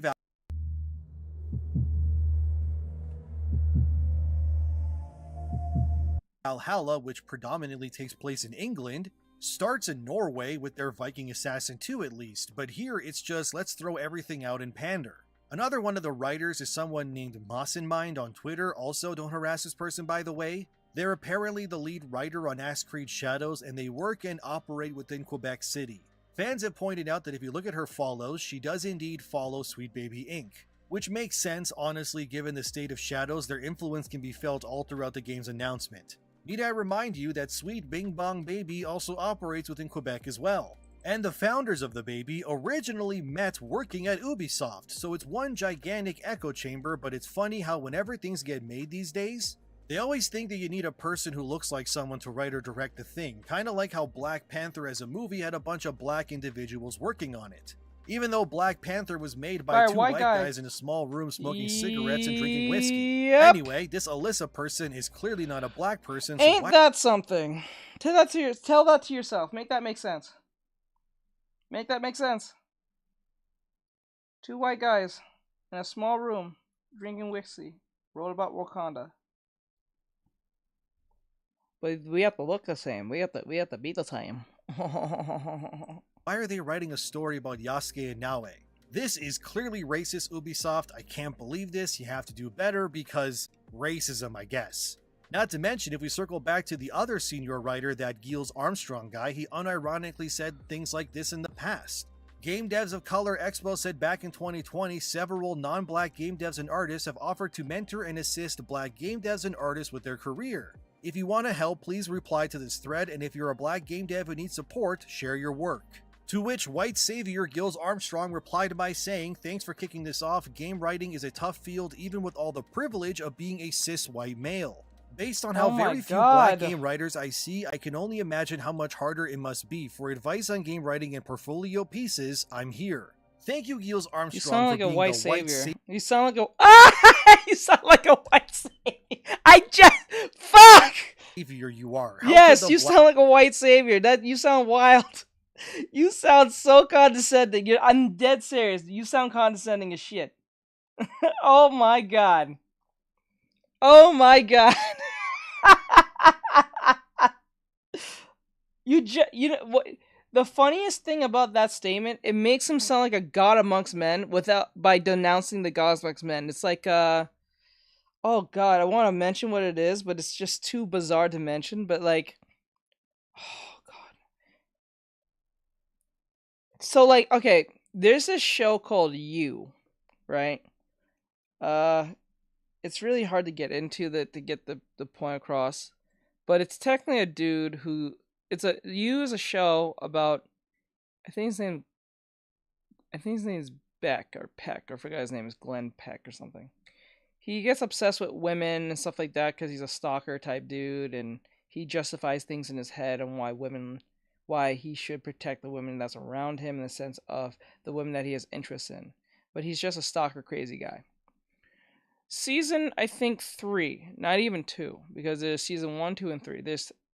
In season 3, I can't say what happens to season 1 and 3, but let's just say he goes to, I think it was somewhere in England, I believe.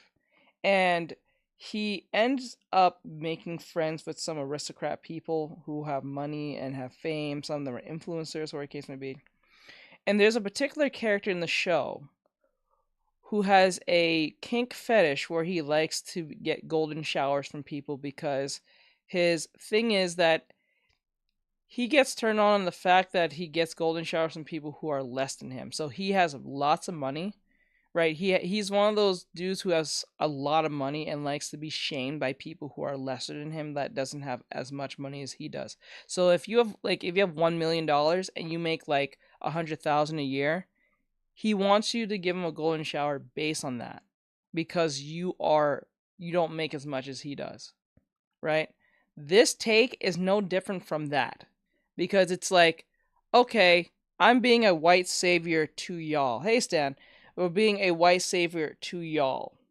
So I'm going to denounce myself to make you guys get bigged up for myself. Humiliation kink? Yeah, it's a humiliation kink. It's a humiliation ritual. That's what it is. Thank you. That was perfect. See, this is why you're my mod bri. I know how to pick him. But, he has a humiliation kink. So his thing is, as long as you don't make as much as him, he gets off on the fact that you give him golden showers. That's the point of the character from that show. Now, if you make as much as he does or more, he doesn't get turned on. That's how it works in that show. That it's a wild thing. It's a wild thing, but it's a thing. It was the most bizarro thing I ever came across, but now I know what a humiliation kink was when I actually watched the show with the girlfriend. It's really funny, to be honest, but then again, it's extremely sad at the same time. It's like Simps. It's like the same as Simps, like dudes who send money to OF girls and then think that's their girlfriend or something when it's never their girlfriend. You're never gonna meet them. They're never gonna hang out with you. They're never gonna be around you. You're just their pay pig. You know what I'm saying? That's what that is. It's a strange humiliation kink, nonetheless, if you think of it in that sense, right? So it's funny for this dude to say, I will denounce my whiteness because I get privileges. And I'm going to big up you simpleton minorities. Because, I am a god amongst men. And I'm trying to make you feel good to make you feel great about yourself. But low-key, I'm just saying this to make myself feel great. So you sound like a white savior. You sound like an asshole. Like, straight up. That's what that sounds like to me. This is why I don't like the ESG thing. It makes people condescendingly asshole. It makes them into assholes in that sense. You just sound like a condescending prick. It is what it is. Black game devs in the industry ever hope to accomplish anything without your guiding white hand? Everybody, please, a round of applause for Geese Armstrong. Yeah, like At literally. Savior Gills Armstrong replied by saying, "Thanks for kicking this off. Game writing is a tough field even with all the privilege of being a cis white male. Based on how very few black game writers I see, I can only imagine how much harder it must be. For advice on game writing and portfolio pieces, I'm here." I'm here. Listen to that. I'm here. You All Might now? You come save me? You know what I'm saying? That sounds condescending as shit. That's pretty much saying that you can't do this without me. I'm gonna protect you. And just you alone because I'm your savior. I'm your Jesus Christ. Armstrong for being the white savior you are. How could the black game devs in the industry ever hope to accomplish anything without your guiding white hand? Yes. Everybody, please, a round of applause for Geese Armstrong. Samurai. I am here. I am here. You know what I'm saying? That's literally what that was. It's wild. After all, he is the enemy. He's a straight white male. So he's basically Satan incarnate, but at least he's willing to help out those he sees beneath him. It's pathetic, by the way, that people like Geese and others treat black people like this. They don't need your help. They Stop don't. treating them like they're beneath you or Yes. something. I can only imagine how much harder it must be to be a black game dev. Really, Geels? Are you really going to pull that card? If you ever needed an example of the blatant racist undertones of many woke weirdos working in gaming, this is a prime example. Yes, they're very condescending. And they're usually liberal and progressive. And then if you go anything against their narrative, they will condescendingly call you names. To the very people that they're trying to save. Remember that. Remember that. Stop looking at other people regardless of skin color or gender as somehow being beneath you or needing your help, otherwise they can't succeed. Black people can succeed without your white... He said, why content of character is not a... I don't know. You're right. I don't know why. White savior complex. It's disgusting. Stop looking at other people as less or weaker because of the color of their skin. It's insane that I need to say this, but I guess I have to.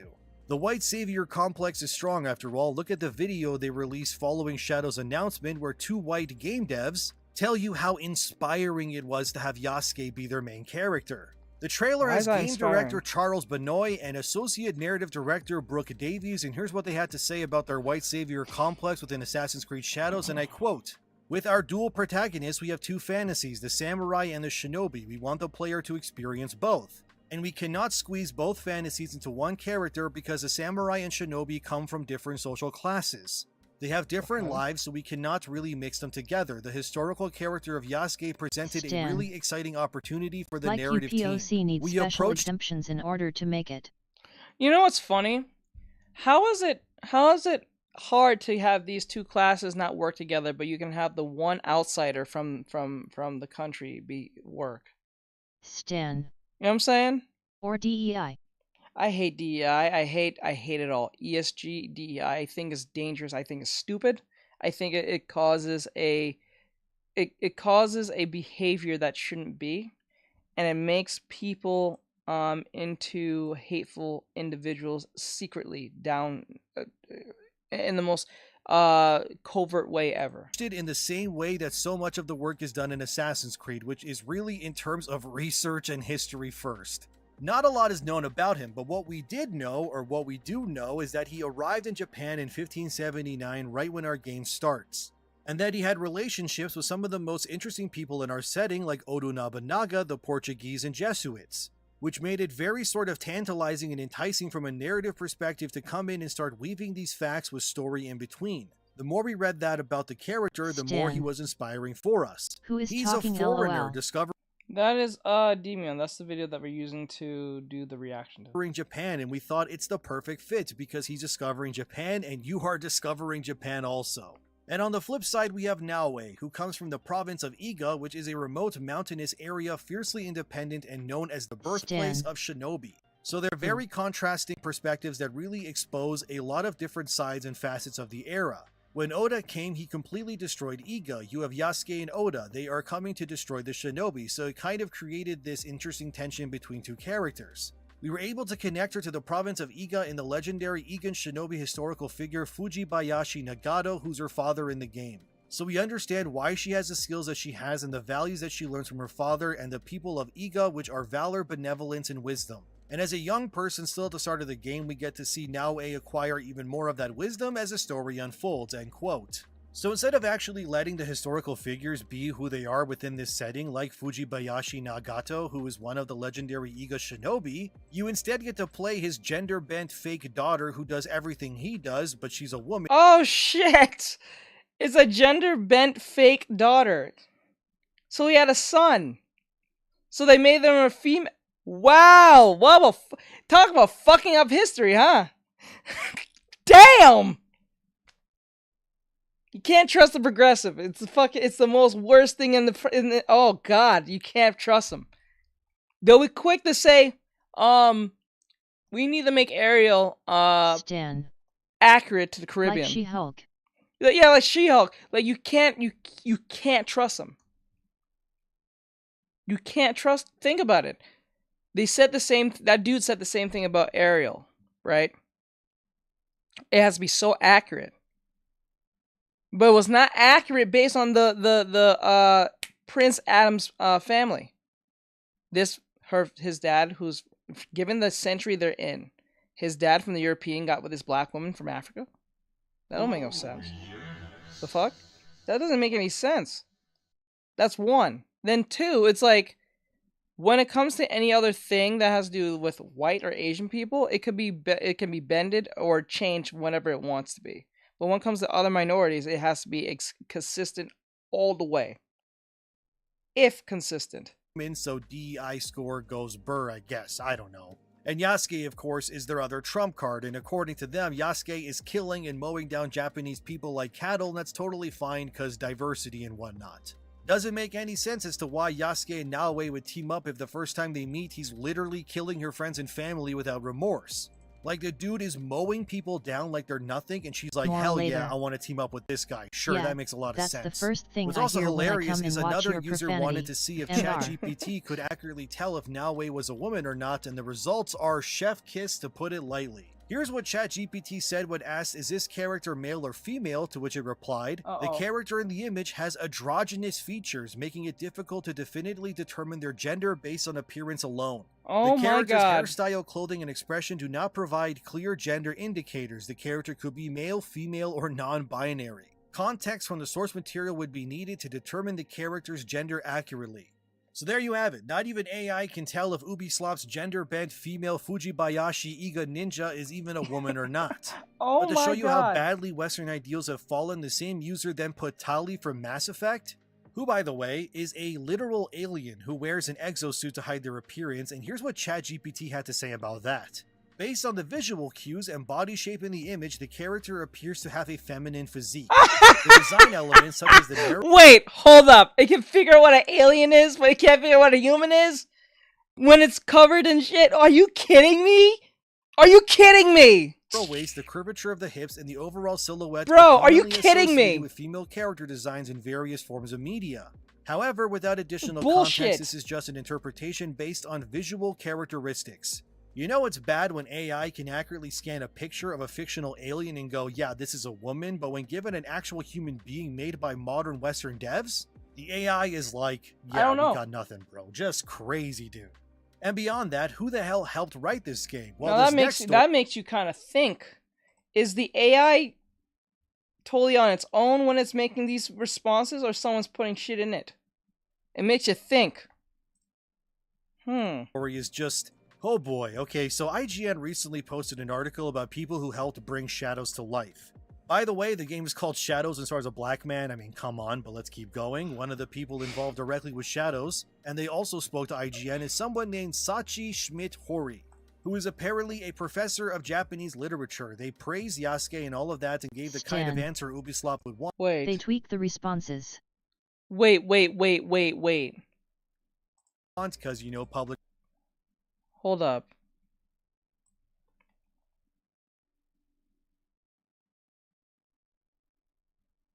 Okay.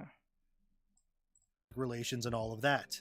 What's really weird is that this Professor Hori person is known for a book they published that is titled, and I can't believe this is real, Tales of Idolized Boys, Male Love, and Medieval Japanese Buddhist Narratives. What? Yeah, you heard that right, that's a real book that somebody made. What's the book about exactly?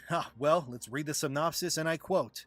In medieval Japan, 14th to 16th centuries, it was customary for elite families to entrust their young sons to the care of renowned Buddhist priests, from whom they received a premier education in Buddhist scriptures, poetry, music, and dance. Okay. When the Red licorice or black licorice?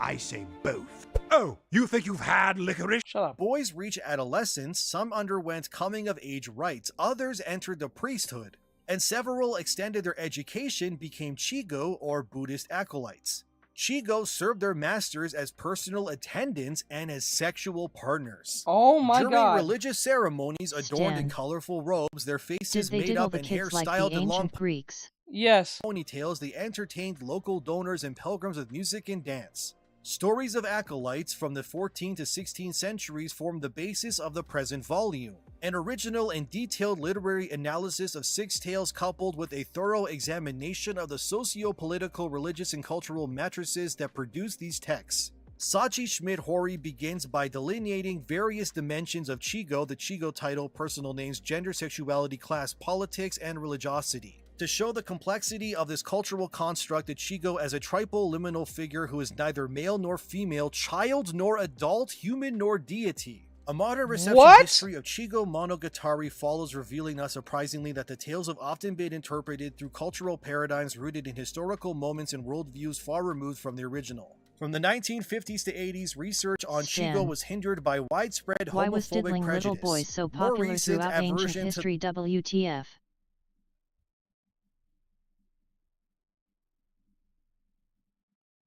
You know why? I think I know why. It's harder to believe compared to a female. I think that's what it is. It's like this. Okay, it's like this. If this is why I'm assuming.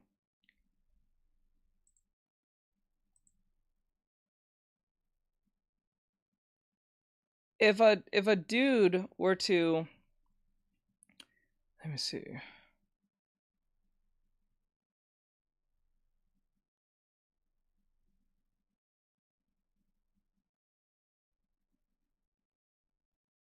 So like it's like the locker room thing. Like if a dude goes to a locker room of boys, no one thinks of it because he's also a male too. So technically he's a boy, right? But if a dude goes to like a girl's bathroom, or because of misogyny, probably it is. But like I'm saying, like to a certain extent, it's like it's hard to believe because a lot of boys don't really mention them being assaulted by another dude because it's usually people see them as a certain way, so most dudes keep it quiet. And it's like it's the best way to demoralize a man is to take away his manhood, and the best way to demoralize him is that's the best way to demoralize a boy, to effeminize him as best as possible. That's usually what most straight males do. Whenever a straight male is, or usually most heterosexual males are usually trying to engage in combat, or not in combat, but in like insulting wise, they always talk about how less of a man they are compared to them. It happens a lot in rap. Or they get laughed at. Or they get laughed at. They put things in the water that make the friggin' frogs gay. But like the point is like it's like that. So like it's easier to, because like women do all the time too. Like let's use an example. So like if a dude says something that most women won't like, they'll just say his sword is too small, or something like that. That's usually what they go to because it's demoralizing him as a man. That's the first thing you do. I think in slavery times, whenever they had like a certain slave, if they wanted to break them, they'll have them have sex with the slave. I think it's called I'm back. I think it's called horse breaking or something. It's breaking the men's spirit to fight back. So the best way to fight back, to break their spirit, is to demoralize them as far as possible. So like to make them into like less of a man. That's usually what it was, back in the day, within I think slavery time. They'll actually have sex with the slave of the men, so they won't fight back because they're just too, samurai. Buck breaking. Yeah, there you go. Buck breaking. There you go. The age gap in historical master-accolade relations has prevented scholars from analyzing the religious and political messages underlying the genre. And obedient. So I think that's what that is. And plus, it's a forbidden. It's also considered a forbidden fruit to do and talk about, right? So that's why when young boys back then, whether it was like, no matter what of country you was from, if you were to bring up that your priest or your superior did you something like that, you will be met with such anger and frustration, like just almost opposition almost instantly. Whether it be family or friends, they will, because it's so unheard of for that to happen or talk about. Have you seen the Flash Gets Anime Heaven cartoon? Let me see. Have you seen the Flash? Yes, anime card. I don't think so. I don't think so. And I'm not too familiar with Stan. Or the Mulan Says parody. reactions. Yes, I'm doing reactions right now. As I'm doing your thing. The Mulan parody. No, I don't think I have. I gotta go check it out later. Work calls for a shift in the strategies applied to Chigo and Chigo Monogatari, and puts forth both a nuanced historization of social constructs such as gender, sexuality, age, and agency, and a mode of reading propelled by curiosity and introspection, end quote. You heard that right. The lady Ubisoft hired to help write and oversee the story of Shadows has chronicled the history of old man monks who slept with their child proteges. And more so than that, this Professor Hori wants to normalize the discussion surrounding this concept and make it more acceptable. Make it more acceptable? Oh, hell no! I told you these wokies are insane. They tried to I told you, it's just like the Warhammer thing. This is just like the Warhammer thing. I told you guys this. They use it as a Trojan horse to talk about females to slip in what they really want. Like maps. Yes. Yes, it's to slip in and destigmatize this nonsense. I told you, once they brought up the Warhammer thing and they started talking about women, it's not about women. We all know what it's truly about. And it came faster than I thought. And it's now in Assassin's Creed. Well, not in Assassin's Creed, but there's a writer who's okay with this. And they're trying to destigmatize this. When they realized that these old man monks quite literally recruited and groomed young children into their carers and slaves. Stan. And she thinks it's Erode the homophobic and fabric of prejudiced that reality, forbids this from given to the chaos gods. Stan. Heresy. Heresy. Normalize the discussion surrounding this concept and make it more acceptable. She thinks people have the wrong mentality when they realize that these old man monks quite literally recruited and groomed young children into their carers and slaves. And she thinks it's homophobic and I bet you if you look into her background, she was probably a victim. I bet you if you go into her past, somewhere down the line she was victimized. And try to justify it in her head. And now she's trying to justify it to the world. I bet you, if anything, anyone with a brain would think, this is not right. This don't sound right. This don't sound right. This don't sound right. And prejudice that forbids this from being more widespread and normalized. Oh my Dear God. Professor Hori, no. Just no, sorry, but you're never going to make me be okay with child and adult relations in a romantic manner. I don't care how you word it or try to dance around the topic, it's creepy as hell and Unresolved and internalized trauma. Yep. Weird no matter how we splice it. Those monks are weirdos, the children they abused are victims, and you're a weirdo for trying to normalize it. Yes, And that's you probably wild. read these documents and realize that you could swindle the history in a way to prop yourself up as some scholar by interweaving it with identity politics. And now, clearly because of your work about old monks touching children, you've secured yourself a consulting job on Assassin's Creed Shadows. I swear to God, if there's a quest in the game where you have to save some little monk boy and bring it back to his predator old man monk mentor, I'll become the Joker. There's nothing we should be normalizing about any of this. That's funny. I'm not gonna lie. That was a good specific side mission. I swear, I gotta hear that again. That's funny. And realize that you could swindle the history in a way to prop yourself up as some That's scholar funny. by interweaving it with identity politics. It's evil, but it's funny. And now, clearly because of your work That about is funny. old monks touching children, you've secured yourself a consulting job on Assassin's Creed Shadows. I swear to God, if there's a quest in the game where you have to save some little monk boy and bring it back to his predator old man monk mentor, I'll become the Joker. There's nothing we should be normalizing about any of this. Stop trying to make adult-child relations something that we should see as normal. That is Children cannot weird. consent under any circumstance, and the more these people LMAO. try to push that narrative, the more blatantly weird and creepy it becomes. History was right to silence and not want to normalize that particular slice of history because it's freaking weird. Next, you're gonna tell me that other victims had it coming too when it came to history or something. Just no. She even further explains herself in her own academic profile as, I am interested in investigating how gender, sexuality, corporeality, and power are OMG, represented it and looks so negotiated in pre-17th century Japanese narratives and illustrations. My first book, Tales of Idolized Boys, Male Love and Medieval Japanese Narratives, University of Hawaii Press 2021, is on medieval Chigo Monogatari. You do notice who's pushing this, right? It's females. You know this, right? You see who's pushing this more than anyone, more hard than any. It's the female. This is why I find it very strange when most women in anime, or women who like anime, like writing about boys love shit all day. It's very fucking weird because they'll be sit there and be like, these men are attractive. Let me make these two males do things to each other. But they won't do anything with the attractive males that they claim they're pushing together. Why is this? Because remember, think about this. No matter how much two women of the other side of the fence... changing the black to purple. Even I forgot. Yes, it was purple. Stan. It's people that don't have work to fill their free time. Yes, it has to, or these just traumatized people. Because think of it in this sense, like, if a dude were, like, okay, most dudes will watch girls on the other side of the fence do things to each other because they can't touch them. 9 times out of 10. Because they cannot touch them because they won't allow them to. So they'll watch from a distance, or watch from their, from their computers, if you get what I'm saying. So if those same women said, hey, you want to join us?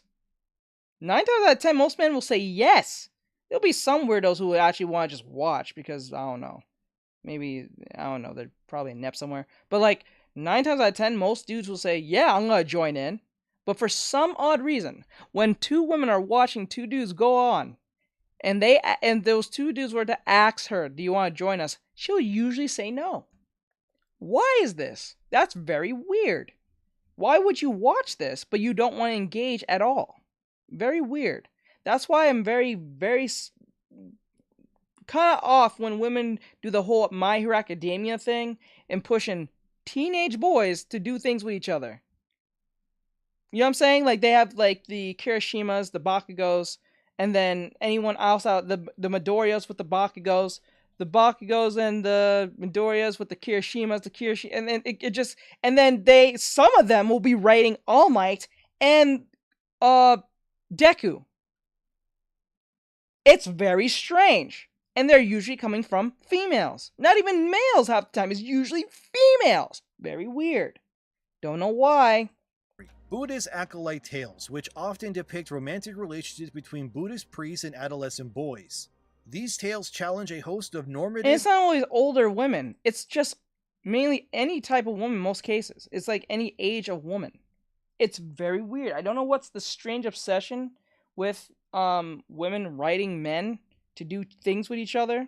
I'd hardly say most women talk about women with women. Very rarely. And moral standards we academics especially internalize, including such ideas as sexual orientation, transgenerational sex, and sexual agency. My current project is on the literary representation. Just women. Let me see. Make guys kiss as a goof. Isn't half of the writers of... I'm not sure, to be honest. That's something you gotta look up. I'm not sure. I don't have no statistics or numbers on that one. I really don't know. Stan. I mean, a man writing this would be gay. 9 times out of 10, yes. Of milk but women like this wouldn't. And the sad thing, women like this who's writing this will be straight and have no problem with what they're saying. But a man who's writing this who is straight, they'll just suspect he's gay. And just creepy. Japanese tales. What the hell is male kinship? God damn it, now I gotta Google this. I'm gonna be put on a list because of the weird stuff I gotta Google because of these people. Okay, apparently male kinship is an Islamic belief that it creates a bond between a woman and her non-biological child. Wait, what? What? She's writing a book about people breastfeeding babies that aren't theirs? I mean, I could, but why would I? Why are you like Laughing this, Professor Weirdo? Just why? Good God, man. First, it's about child predators. Now no, what it is, it's sexual deviancy hidden with the idea of academia.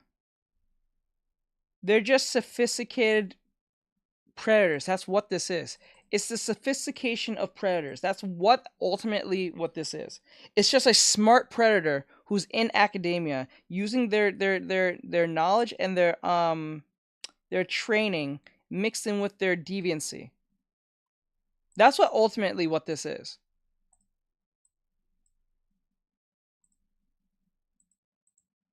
Because look at back when in early 2000, 2003, 2004, 2005, I think up to 6, when they was doing the catch a predator thing, most of them was not that smart. Point of authority. Yeah, they use So what they'll perfect example, Stan. Like they'll use their point of authority, their education, their know-how and stuff as a viable method to get to where they want to be, to push the things that because they know they can't just push it normally to anyone. So what they'll do is try to normalize it as small as possible because they rather take the long wait out, they'll wait long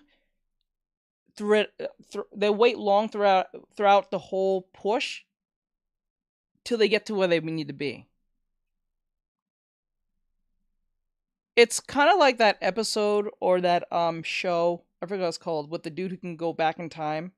From that anime, it was an anime about a dude who can go back in time, and he goes back in time to stop the killer who killed his I guess his friend, or he saved her from getting killed by her mom or something, by their mom. You know what I'm talking about. If you guys know he wears glasses. He went back as a kid. Pedophilia is so widespread online. Oh, it's very much wide. It's either widespread or covert. Raiga Samurai. Erased. Erased. They're erased. That's what it's about. What?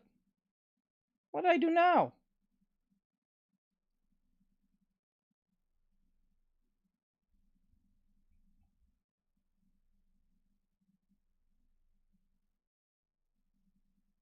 Hold on.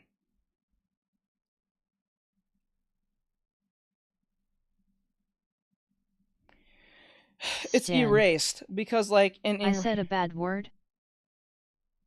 I don't know, Black. What did I do now? Hey, I didn't say anything. No. I started to imply my traditional drawing techniques to my digital drawing, and it looks so much better.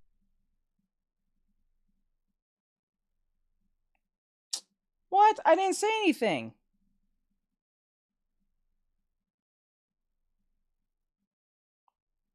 Oh my god. Yes, appeal it. What happened? Saying I have hate speech. You can't say anything with no common sense. YT algorithm.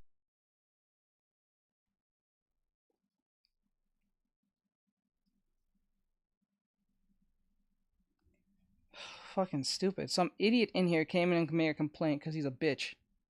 Them, she, or he is a bitch. Anyway, the point is, what I'm saying is that they're using TikTok being. Yeah, TikTok being TikTok. I'm glad you guys are losing your fucking platform. TikTok? Anyway, so the point here is that Brew. I know it happens. It's not the first time this has happened. The point of what I'm saying is this: is that they're using their point of authority, like what Stan said, to do what they want because they can't do what they please at a normal state, so they have to push it. No, I'm under review. We'll see. Because I didn't say anything. I didn't write anything. So we'll see. I'm under restriction. So I'll have to wait. It'll probably fix itself.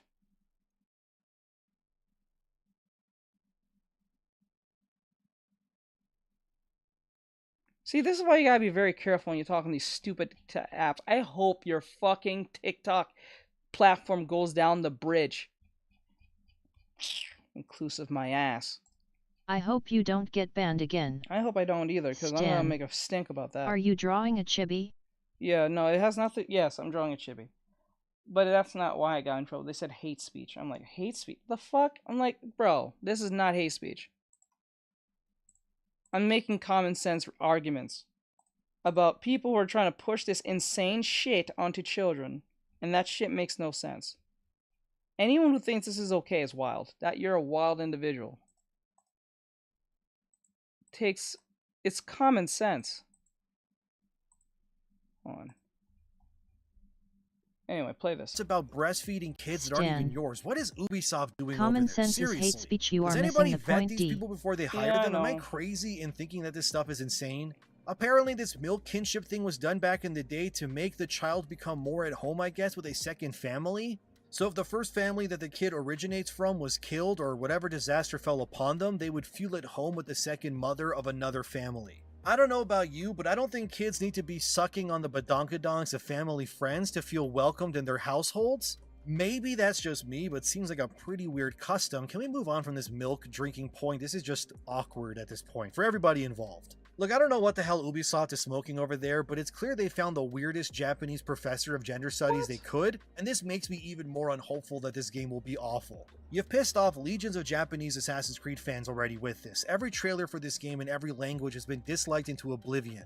And not only that, but Ubisoft is pushing Shadows as some single-player live service nonsense all over again. Like, look at this, man. Look at all the special editions they got. Early access, DLC, expansions, play it with your subscription, etc. Like, why are you turning Assassin's Creed into this?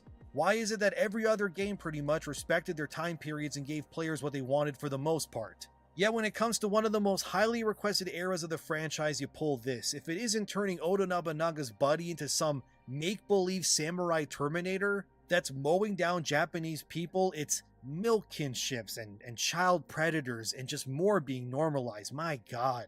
This whole thing stinks, man. It reeks the more I look into it. You got writers disavowing their own nationality because they're white as some weird virtue signaling angle.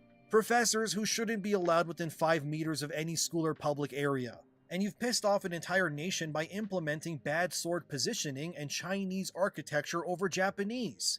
I would say this reveal has been nothing short of a mess, but even I didn't expect it to be this bad. And let's end this video with the hypocrisy of websites. Just remember that when Neo came out, places like Slant Magazine reviewed Neo when it came out in 2017 and said stuff like this in their review. It's a shame that the game saddles itself with telling the story of the first Gaijin samurai, William Adams. Yes, he's an actual historical figure.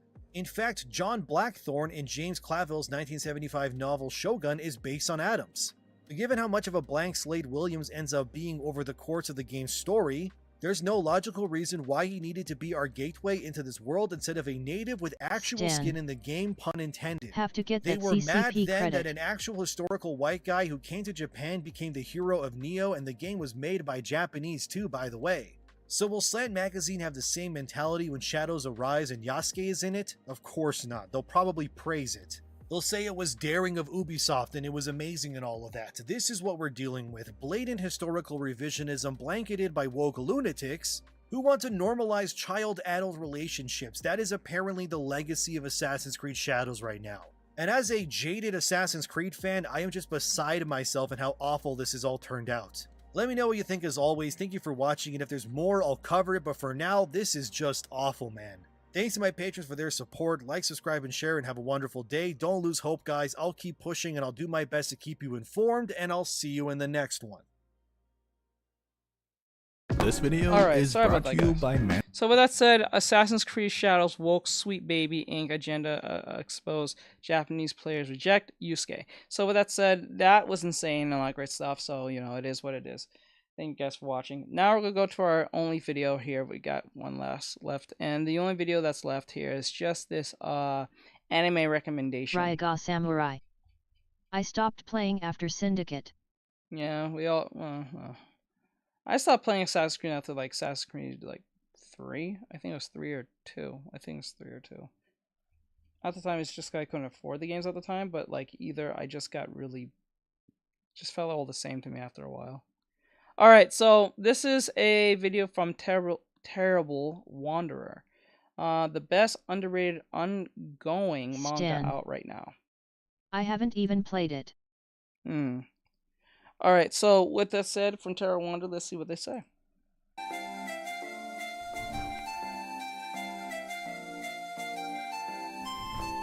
I finally got some free time to read some manga, and more importantly, some new and ongoing manga. Sort of. Most of these mangas are pretty good, some with only a few chapters out, others with a bit more, but they all have a solid beginning, and it makes me pretty mad how underrated they are. So instead of gatekeeping, I decided to make a video on it. And I won't go too much into detail because there isn't a lot of chapters out for these mangas, so keep that in mind. Now, I do need some people to talk with about these series, so feel free to give me your opinions on them in the comments. Okay, enough of that. Let's get into the first manga on our list, and it's called...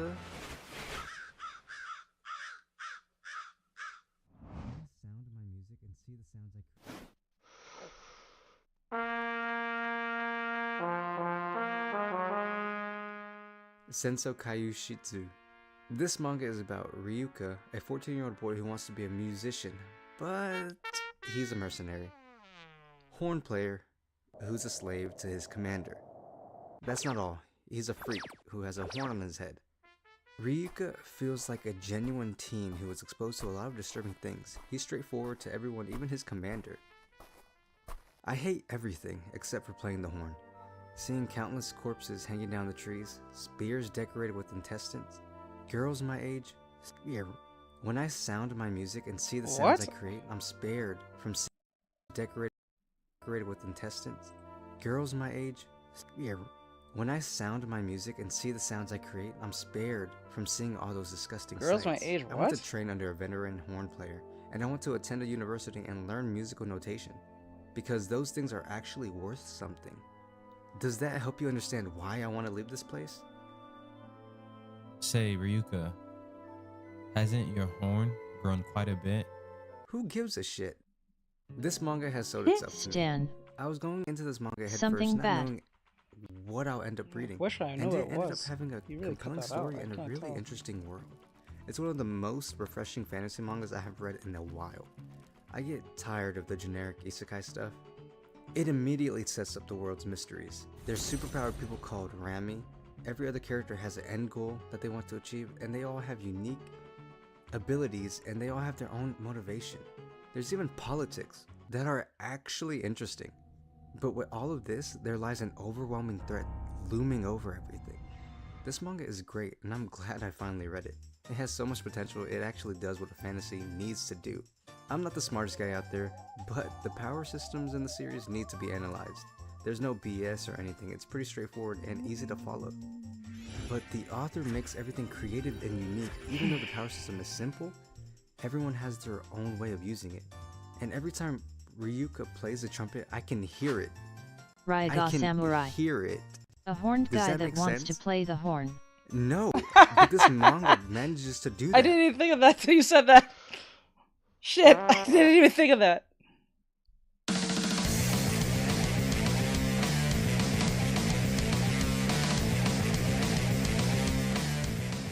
Stan. Horny. Goku Rakugai. This manga isn't exactly underrated. It's pretty popular and has a lot of people talking about it. But that's not going to stop me from talking about it, because I really enjoyed this manga and its characters. Look at this. I know I'm not the only one. Goku Rakugai is a manga about two characters, Tao and Alma.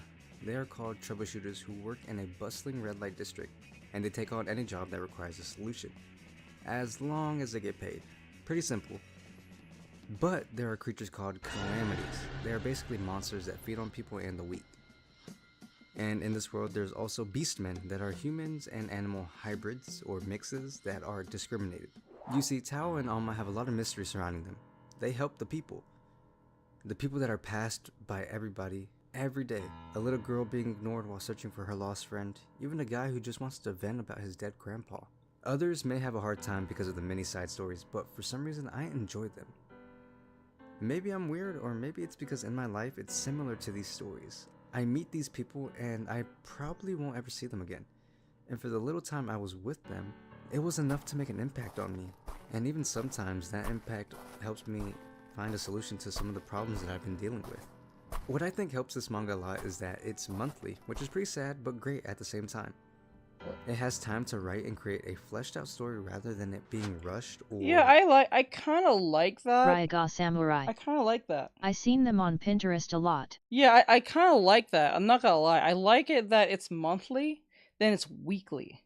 Weekly is so, like, the week flies by so much, especially when you're working. So if you get a month, you have time to breathe, sleep, and get shit done. Shit, it should be bi-monthly. I know that sounds crazy, but think of it this way.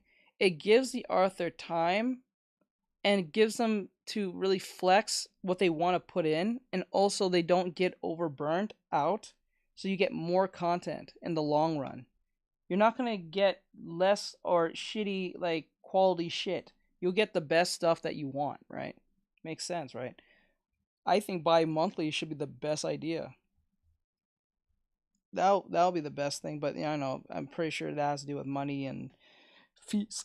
You know, that stuff they have to do to keep their mangas intact in their studio and blah, blah, blah. Not well thought out. The manga is doing a great job so far, and the dynamic between Tao and Alma is definitely the selling point. The two of them are very likable and have a deep history that I hope will be explained. This manga reminds me of one of my favorite mangas, Black Lagoon. Just like the Lagoon Company, they do anything for money or because they secretly want to. And there's plenty of action and great stories. Also, I love her character design. Sell to millions of people online with Shopify's social media it's very and unique. marketplace integrations. I'm not gonna lie, her character design is really unique and recognizable. It's not hard to like forget. It's very different. It's different. It's not the traditional look of like most anime female protagonists. She has this very like domineering look. Like she's like she's really calm, collected. It kind of reminds me of what's her face from she has the type of personality just like what's her face from oh my god, what's her name from? I gotta check it out. What do you call it? Hellsing, the black woman with the blonde hair. I think it was her. I forgot her name. She had like a very cool, collected like personality, and then there was another show. I think it was from Akame no Kill, the leader of them, the female. I'm pretty sure that's what she's like.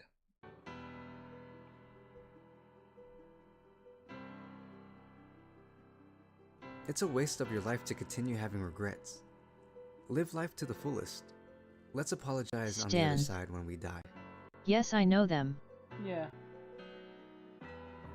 Stan. Ist Death. S-Death. No, not S-Death. The other one. The leader of the Night Raid. I know you're talking about the blue hair woman, but like the other one. The Witch and the Beast. Gaido was cursed by a witch. Man, I love her character design. She has the eyes of a beast and is known for rushing into things head on. She kind of reminds me of Power. Since she is cursed, she has a deep personal grudge against witches. And her partner, Ashef, who's a pretty refined gentleman that happens to carry a coffin on his back. He is the man in charge. He keeps Gaido in check. He has to be. I can't. Yeah, I was just thinking, is he tall? He has to be tall to carry a whole coffin on his back. I like Stan. more. He's a calm-mannered man. It's been a while. I've forgotten the names. Together, they investigate everything that deals with magic and mysteries and crimes. There we go. All while looking for the witch who cursed Gaido. This manga does have an anime, and it's pretty good. But Zoe_William. The manga. Hey, is sorry superior. to bother. Are you Everything interested about in the a manga new is model? Sorry to bother. Are you interested in a new model? Am I interested in a new model? I make models. So no. If you're saying if I'm looking for a model, no. I make my own. I made the one I have. If that's what you're asking. Zoe_William. So like if you're looking for a model, if it's the other way around, as in you're looking for someone to make models for you, Zoe, then that'll be me. But no, I'm not looking for a model. I'm perfectly fine with the chibi one I have. I made it myself. Special. The subtle world building, the slow pace. I believe, I'm not gonna lie, I'm not trying to toot my own horn, but I believe the character design I made of myself of my VTubing model is pretty unique. I think it's pretty unique the way I made it. Side stories, it's almost like a puzzle slowly coming together, and we slowly start to see the main plot point come up. The world is so fascinating, and the mystery around magic is great too. We see Ashef use magic to defeat and fight enemies. And then we see Gaido beat everyone with her bare hands. It's a perfect mix of everything. Maybe a bit slow paced, It is.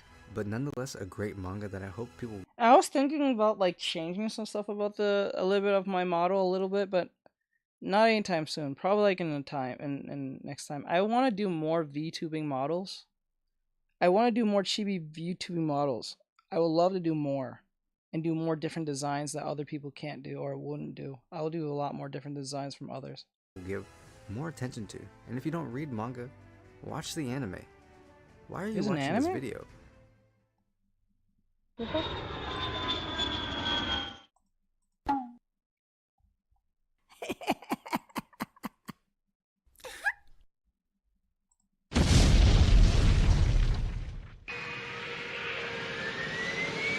Oh shit.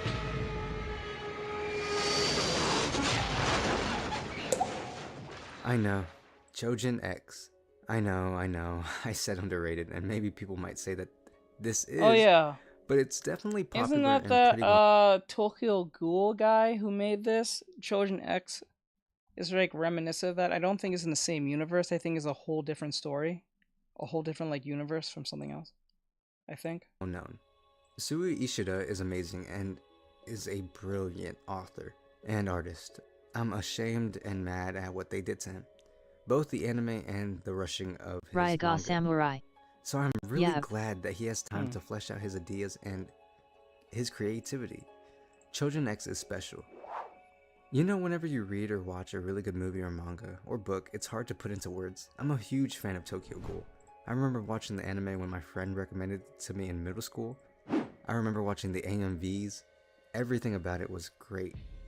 So it's great to see the author continue his work in perfecting his craft. And trust me, I'm aware of how much I've been yapping, but I just had to get past that. It's about the same universe thing though. Tokyo. It's in the same universe for real? He has a great relationship with his friend Azuma, who is a complete opposite. He's strong and courageous. Together, they give out justice in their own town.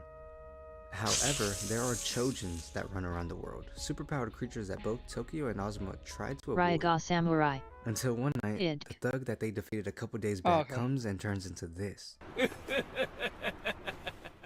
He ends up beating Tokyo and Azuma, but he doesn't stop there. He wants to kill them. So their only choice is to use a drug that turns people into Chojin. So, I guess it's kind of like Tokyo Ghoul, but kind of in the reverse of stuff. Because, like, the main character was in a desperate situation, but it was just out of fate. The stuff dropped on both of them. On, like, the giant iron. I think it was the iron beams.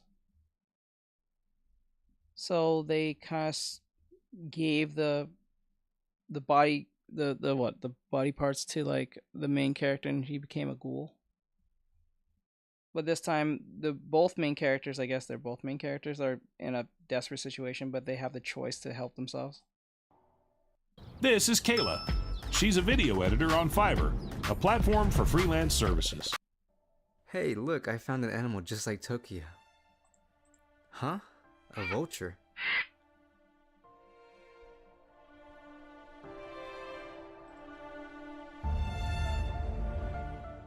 You can definitely see the resemblance and the hints of Tokyo Ghoul, and I'm not saying that Tokyo Ghoul will overshadow this manga, but I hope to see this manga surpass it, and so far it's been a really good read. The final manga on the list is Dear Anemone, and it's kinda hard to say where this will end up. It has one chapter out, and it is made by the assistant of My Hero, or former assistant. The story follows a boy named Gaku who is sent to Galapagos Island. This island was bombed 10 years ago, and there are other volunteers with them. They're all sent to this island to investigate the disappearance of a military team. And of course, they'll get money from doing this. But this island was described by Charles Darwin, who is primarily known as the architect of the theory of evolution by natural selection. Yeah, I looked that up, but it makes me sound smart, so I'm gonna just leave that there. This place is known as an evolutionary paradise, as the inhabiting animals have evolved independently of others around the world. It does sound like Hell's Paradise, and it does also sound like every horror island manga out there. But I see something in this manga. I may be wrong, and it may just be another cliche, but I have hope for it. Again, it has one chapter out, so I can't really say anything else without spoiling it. But Wait. Wasn't the premise in Hell Paradise about special plant or something? Some type of plant? Not a special plant. They was trying to get the elixir of like immortality or some shit, but like, wasn't that a plant supposed to be, was like the starting force of the whole thing, because the bodies of the people was ravished by plants? Isn't like most of the people that lived at the island was some type of plant hybrid human thing? Or some shit like that? I think it was like that, if I remember right. It doesn't hold back on the gore. Maybe me saying My Hero might have scared you guys off. And check this manga out to see if you genuinely like it. Thanks for watching. I'm really glad that I picked up these mangas. Raiga They brought Samurai. back my love for reading manga. Yeah. I kind of got Okay, I'm not tired after crazy. a while. Or a little drained. But I'm definitely hyped to read more manga. I might even read some of your guys' recommendations. Maybe. Why is it? Okay, so that's the end of that. It's 5:46.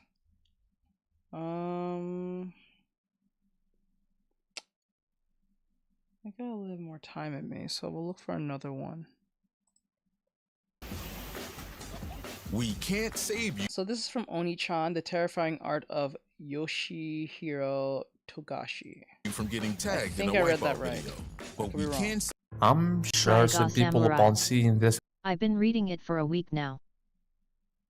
Is it good or no? Oh, this is from the guy who made Hunter x Hunter, I think. will think it was drawn by Junji Ito or some other seinen mangaka, but this is just your typical Hisoka from chapter 28. This one is also Hisoka from a chapter earlier. This panel from chapter 90 holds terrifyingly realistic details. Togashi had absolutely no reason to throw it, as it is completely irrelevant to the arc and its themes. And to me it's just scary, and I can't explain why. This one from level E, another manga by Togashi, and it's giving me chills. And this is the Black Club from Yu Yu Hakusho. I can't begin to describe what's going on in this panel for reasons I'm sure you know about. And the same can be said about this Marina panel from Hunter x Hunter. This forest from the Phantom's true past looks like something out of a Junji Ito manga. Raiga The Dark Samurai. Continent looks like something Well, from I read Berserk, past the last so episode wild, of the anime. detailed, and chaotic. Oh, okay. Although I have to say that the last two were probably not personally drawn by Togashi, because the latter is currently ill and some artists gave him a hand with his specific chapters. Hunter x Hunter drawings normally are so simple and dull, if you may say, but sometimes, without any warning, you will encounter something which is out of a seinen manga. Until now I have used panels from 3 different mangas, but in your opinion, what is the common factor between them? Yes, they were made by the same person, but also misanthropy. In Yu Yu Hakusho, the Black Club does the most gruesome of things for sheer pleasure. Also in the same manga, the chapter Black Tape is a compilation of human done atrocities that will make anyone who watches it go insane. In Hunter x Hunter, Prince Rydnik is a psycho. Marana Prodo wants to destroy the world, and the narrator in chapter 298 goes as far as asking the question, were humans so different from ants? As for level E, which I'm not really an expert in, but to the best of my knowledge, Prince Baka loves to torment those around him for his own amusement. Togashi generally loves to talk about random stuff, which he then gives up on. Remember how he told us a lot about auctions in the pre-Greed Island arc, just for him to give up on it and never show us an auction, and how he explained the whole Heaven's Arena system, but Gon and Killua were simply not interested. Plotlines that lead nowhere. They are there because Togashi thinks they are good entertainment, and because he simply likes them. Very old writers used. I kind of like that. I know some people will hate that from Togashi on sometimes how he sets up a story in Hunter x Hunter, and it feels like okay, say for instance, I think it was a lot weird when everyone thought. I felt most of us thought at some point that Gon was going to meet Meruem and fight him in some form, but that never happened. Actually, they never met. I don't think they ever met Meruem. I think they saw him from a distance, I think, if I remember right. But they never met Meruem, not once. Throughout the entire arc. It was just the most convenient time that they didn't see him in time. True. And that felt kind of realistic to a certain extent, right? It kind of felt realistic, right? It's like I think we all know what I'm talking about. Like, you know how like you were supposed to meet someone but it never happened because some bullshit happened, kind of like that. Like in anime, when someone said they're gonna do something, 9 times it's gonna happen, or it's going to in anime, when someone says or acknowledges something, it's either a fact by default, or it's going to happen eventually down the line, right? In some way, whether it's a villain saying they're gonna kill someone, or a hero said they're gonna save the day, right? So it's kind of like that. So when Tagashi sets up a storyline, it keeps you kind of like, are we going to really do this, or are we going to go somewhere else? And now that's kind of interesting, because that keeps people kind of engaged, instead of just saying, oh, we're going to get the point A, point B, because it's a shonen and usually the good guys win type shit, right? So that's kind of expected. But Tagashi, I keep saying his name wrong. It's like, if he says they're going to go to the auction to somewhere, there might be a chance that we may not go at all. Or the auction will be just mentioned one time and we never go. That kind of felt realistic to a certain extent. I won't call it a payoff, but I will call it like, it just feels realistic. I think that's all I can say. To do that, like how Victor, because not everything happens by plan. Like that, I think that's what it is. Not everything we plan goes by plan. So that's something that happens in anime a lot. Everything kind of goes by plan, whether in the far future or not. You know what I'm saying?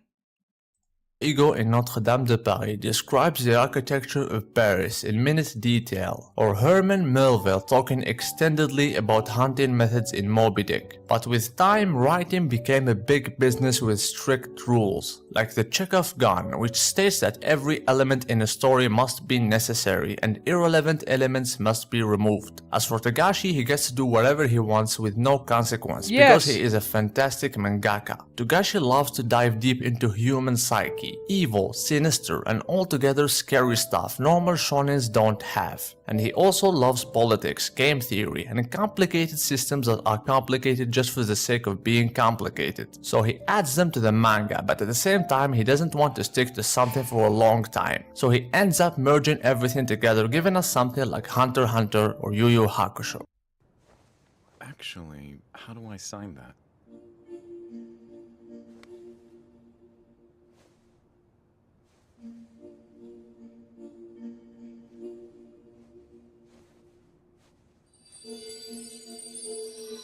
Oh, sorry about that, guys. I'm sorry.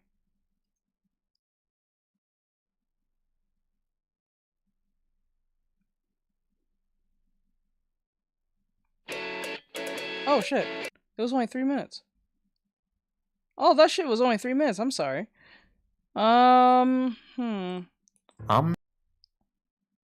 do one more. But nothing. Why manga don't last in Shona?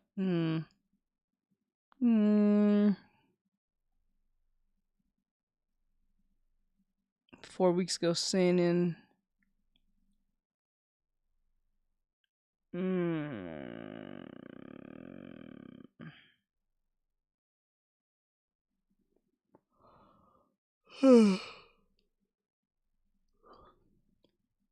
me see. One more anime one, and then we'll... I don't know if we should end it. Should we end it? Seinen. Throughout the mass amount of anime and manga out there in the world, there is one demographic that stands out to me the most. A category of manga defined by its complex and mature themes, oftentimes associated with more violence and ambiguity. It's a demographic that... I don't know yet, because, like, I don't think anyone's in the mood to watch me play game again. Stan. I'm going. Good night from me. Alright, Stan, thank you for coming in, my bro. You're awesome. Thank you for coming in. You're just amazing, dude. I appreciate you. I have to go and answer you on Discord. I didn't get to. I'm sorry about that. So when I get to, I promise I'll respond to you. So thank you so much, Stan. Nothing but a support. Thank you. I appreciate you. I don't know. I don't think anyone's in the mood to watch me play game, to be honest. Kissing face. Oh, thank you, bro. One love, bro. I don't think anyone's in the mood to watch me play game. I don't think so. It is 5:55. If I were to play game, I might play Marvel Snap, or I'll just play Cult of the Lamb. I will stay for another hour and a half. Oh, let me see. Okay. I don't know. Should I play Cult of the Lamb, or should I just call it a night? Because if I call it a night, I'll have time to, like, do all the thumbnails. What game are you thinking? either Marvel Snap, because either maybe Marvel Snap or probably just Cult of the Lamb.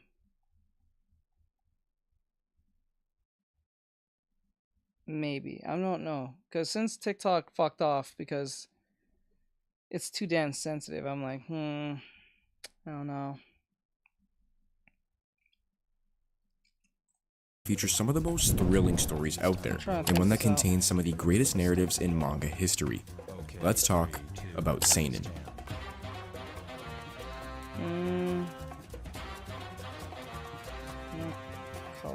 Seinen manga refers to a demographic of Japanese comic books or graphic novels that are primarily targeted towards adult male readers. The term seinen directly corresponds to youth. For today. Let me see. You said end it like end the stream for today. Okay. In Japanese, relating to its target demographic. But it's crucial to understand that although seinen manga is targeted towards young males, it does not necessarily have to align with what every young male would enjoy. Actually, after the stream is over, I'm gonna just finish the rest of this. It's actually much broader. Seinen is mainly distinguished from its counterparts shonen and josei because of the demographic's mature themes and dark ambiance. Although the counterparts often express darker and mature themes, the extent and realism that seinen presents is far beyond the others. This category of manga, although meant to pertain to young male adults, delves into a wide range of genres such as action, horror, sci-fi, romance, and slice of life, which results in a demographic that is never flat and always consistently evolving as time goes on. One of the most impressive aspects of the allure of seinen is nested within the characters that inhabit these detailed and complex narratives. The demographic is known to be filled with nuanced characters who undergo their own personal struggles and moral dilemmas, which pushes forward a sense of distinctiveness that effectively keeps the reader engaged in the narrative and always wondering what the mangaka has planned next. But one mangaka in specific excels in their narrative storytelling like none other. You will end the stream? Yeah, pretty much maybe. Because it's only in 10 minutes and I would keep going, but I think it'd be I think it'd be best if I just end the stream early so I can get to all the thumbnails, get all the content that I did for all the games, have them downloaded and stuff. Yeah, I'll do that. After this 10-minute video is over, I'm gonna go straight to the I'm gonna just make the thumbnails and Samurai. Stuff. Okay. Yeah. That being tomorrow we'll play Cult of the Lamb or okay. Marvel Snap, because I know TikTok has invited me to do a Marvel Snap like they came to me for a Marvel Snap opportunity. I don't know how that's gonna work, so we're gonna see. Naoki Urasawa.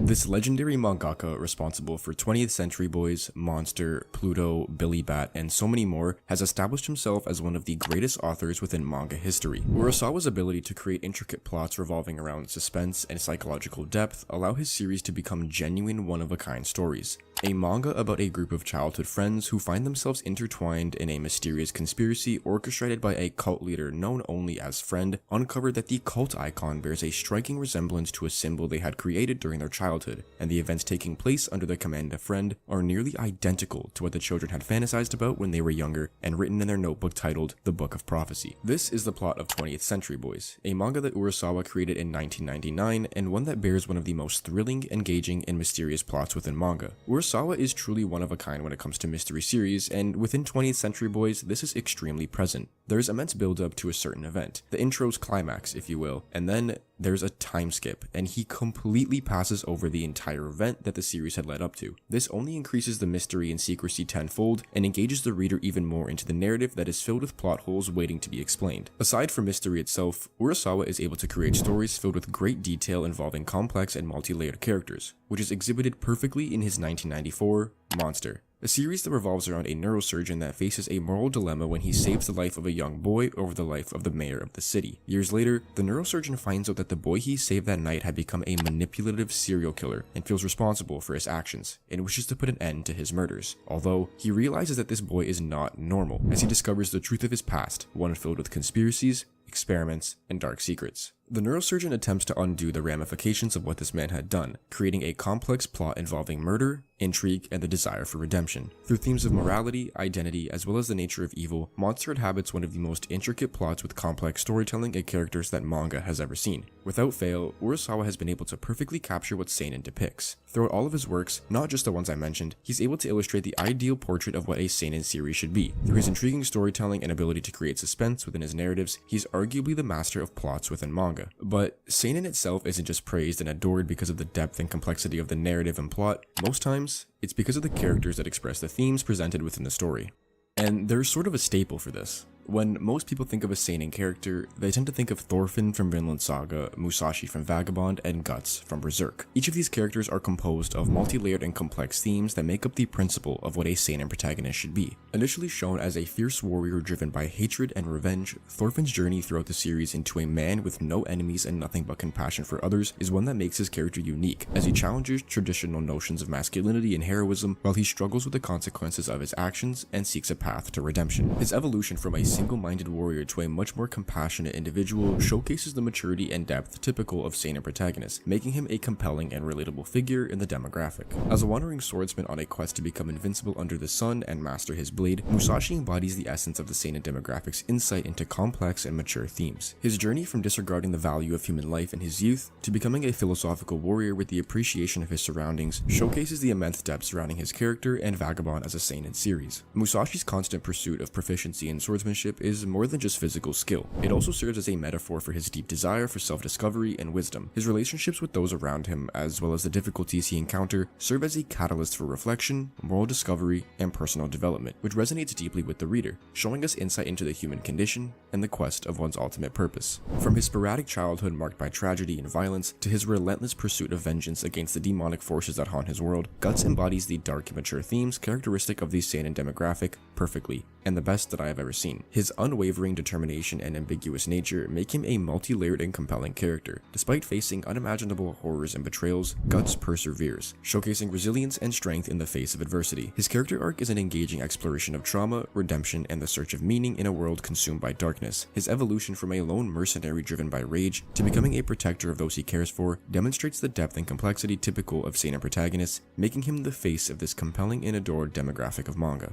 With all the themes of overcoming hardship and the life lessons that we learn from these characters, there's no doubt that us as readers take aspects away from the series and characters and incorporate them into our own lives. There's something so special about seeing someone in a similar position as you overcome their obstacles and persevere in the face of adversity. Although the circumstances are not one-to-one, as I don't think anyone watching this video is a giant sword-wielding Chad, we feel empowered seeing people overcome their obstacles to create a better future for themselves and those around them. We feel the sense of realism from manga within this demographic. Even despite most time being portrayed in worlds that are nothing like our own, the way these series tackle the complexity of its characters allow us to resonate with them and find ourselves in their shoes. In certain instances where the story is genuinely realistic, mainly done by Naoki Urasawa, we find ourselves immersed in a story that feels as though it could occur in our day-to-day lives. The display of societal issues and human emotion is portrayed like none other as seinen. We see real-world examples of the negative side of power and corruption, and are shown how these aspects can impact humans and their perceptions. Sure, you can find relatability in nearly any form of literature out there, but there is something so personal about seinen, especially the artwork. Not to put down any manga or their creators, but most times art within seinen manga is much more realistic and genuinely just better looking. Seinen artwork, especially in the works of Takehiko Inoue, Sui Ishida, Shinichi Sakamoto, and the late Kentaro Miura, is able to convey such raw and human emotion, and also simply just the beauty of the world's scenery. Whenever I read a seinen manga, I find that every aspect that goes into creating these series leaves me in awe and constantly reflecting upon my own life. As funny as it sounds, drawings are changing my life, but genuinely seeing Guts overcome all the tragedy and hardship that he has experienced, seeing Musashi learn to value his own life and understand the true meaning of strength, and seeing Thorfinn become unchained to his desire for revenge and living a life free of burdens truly changed my life and the lives of millions of people all around the world. Now, this poses a question: which demographic is better, seinen or shonen? Huh? Teach, what have you done to me? Why am I suddenly good at drawing furries? I don't know about the furry thing. I don't know about the furry thing, bro. I don't know about that one. Those two genres are compared all the time, and the answer is neither. It's very difficult to compare demographics, as they're much different than genres. There can be 2 series published under Shonen Jump being placed in completely different genres, like romance and action. Sure, the demographics have their distinctive characteristics, like seinen being more mature, but besides those aspects, the genre of the series mattered more when comparing the two, which, by the way, we should not be doing. I can't remember the last time I had a conversation with anyone about this topic and they didn't blurt out that they think shonen is better than seinen or vice versa. You're comparing demographics. It doesn't really make any sense. You can say you prefer series targeted towards older and mature audiences because it pertains to you more so than something lighthearted, but you can't really say one demographic is inherently better than another. I think a lot of people become confused by this and start thinking that these demographics of manga are genres, which really doesn't make any sense considering you could have a slice of life seinen series and you can have another one about gaming. Mono! They're entirely Mono! You're supposed to be the chosen one. You're supposed to defeat them, not join them. You're supposed to be the chosen one! Different premises, being in different genres, obviously still maintaining their core of being aimed towards young men and exhibiting more realism and mature themes. You can most definitely prefer a demographic over the other because they are clear in what their target audience is, but when it comes to the themes of the narrative and what is actually being expressed, that more so lies within the genre, not the demographic. So with that out of the way, I want to make one final statement as to what pertains to the appeal of seinen. Although anyone can find relatability within any form of literature, I think seinen, for me, does it the best. Seeing characters undergo hardship and obstacles in their life in a somewhat realistic manner resonates with me much more than seeing it presented in a fantasy realm. I think experiencing the realism and maturity of seinen manga has continued to impact me and give me insight into how characters would go about situations that I can perceive. Loudly crying face, loudly crying face, loudly crying face, person with folded hands, person with folded hands. I want to be proud, but then again I can't at the same time. I want to be proud.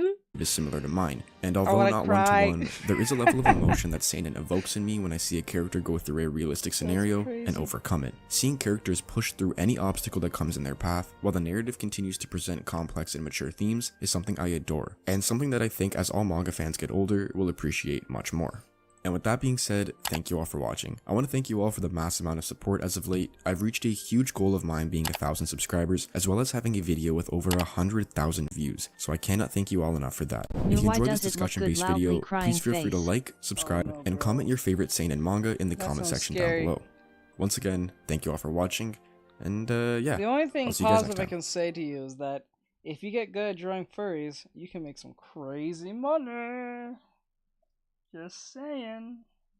But I know that's not technically what you want to do, but I'm just saying. If you strap for cash, you can draw some furry shit. Now that gets questionable based on what furry shit you're gonna draw. But you know, that's a rabbit hole I will not bring up right now. Anyway, so with that said, that is Shikai Steph. I think I said it right. So that's Shikai Steph on the whole recommendation. Yet if you draw them without clothes. Oh god. But like, yeah, that's the whole Shikai stuff now. So with that said, have a great night, guys. I'm gonna let you guys go. It's 6:08. I'm gonna call it early so I can get some stuff done. I'm gonna get a bunch of thumbnails out of the way, get them out of the way, download all the stuff I did from Lethal Company to this point, and then I guess I'll start even editing them today. I hope so, but we'll see. Good night, everyone. All right, have a good night, guys. I'll see you guys in the next one. Thank you for coming in. Later, guys. Y'all.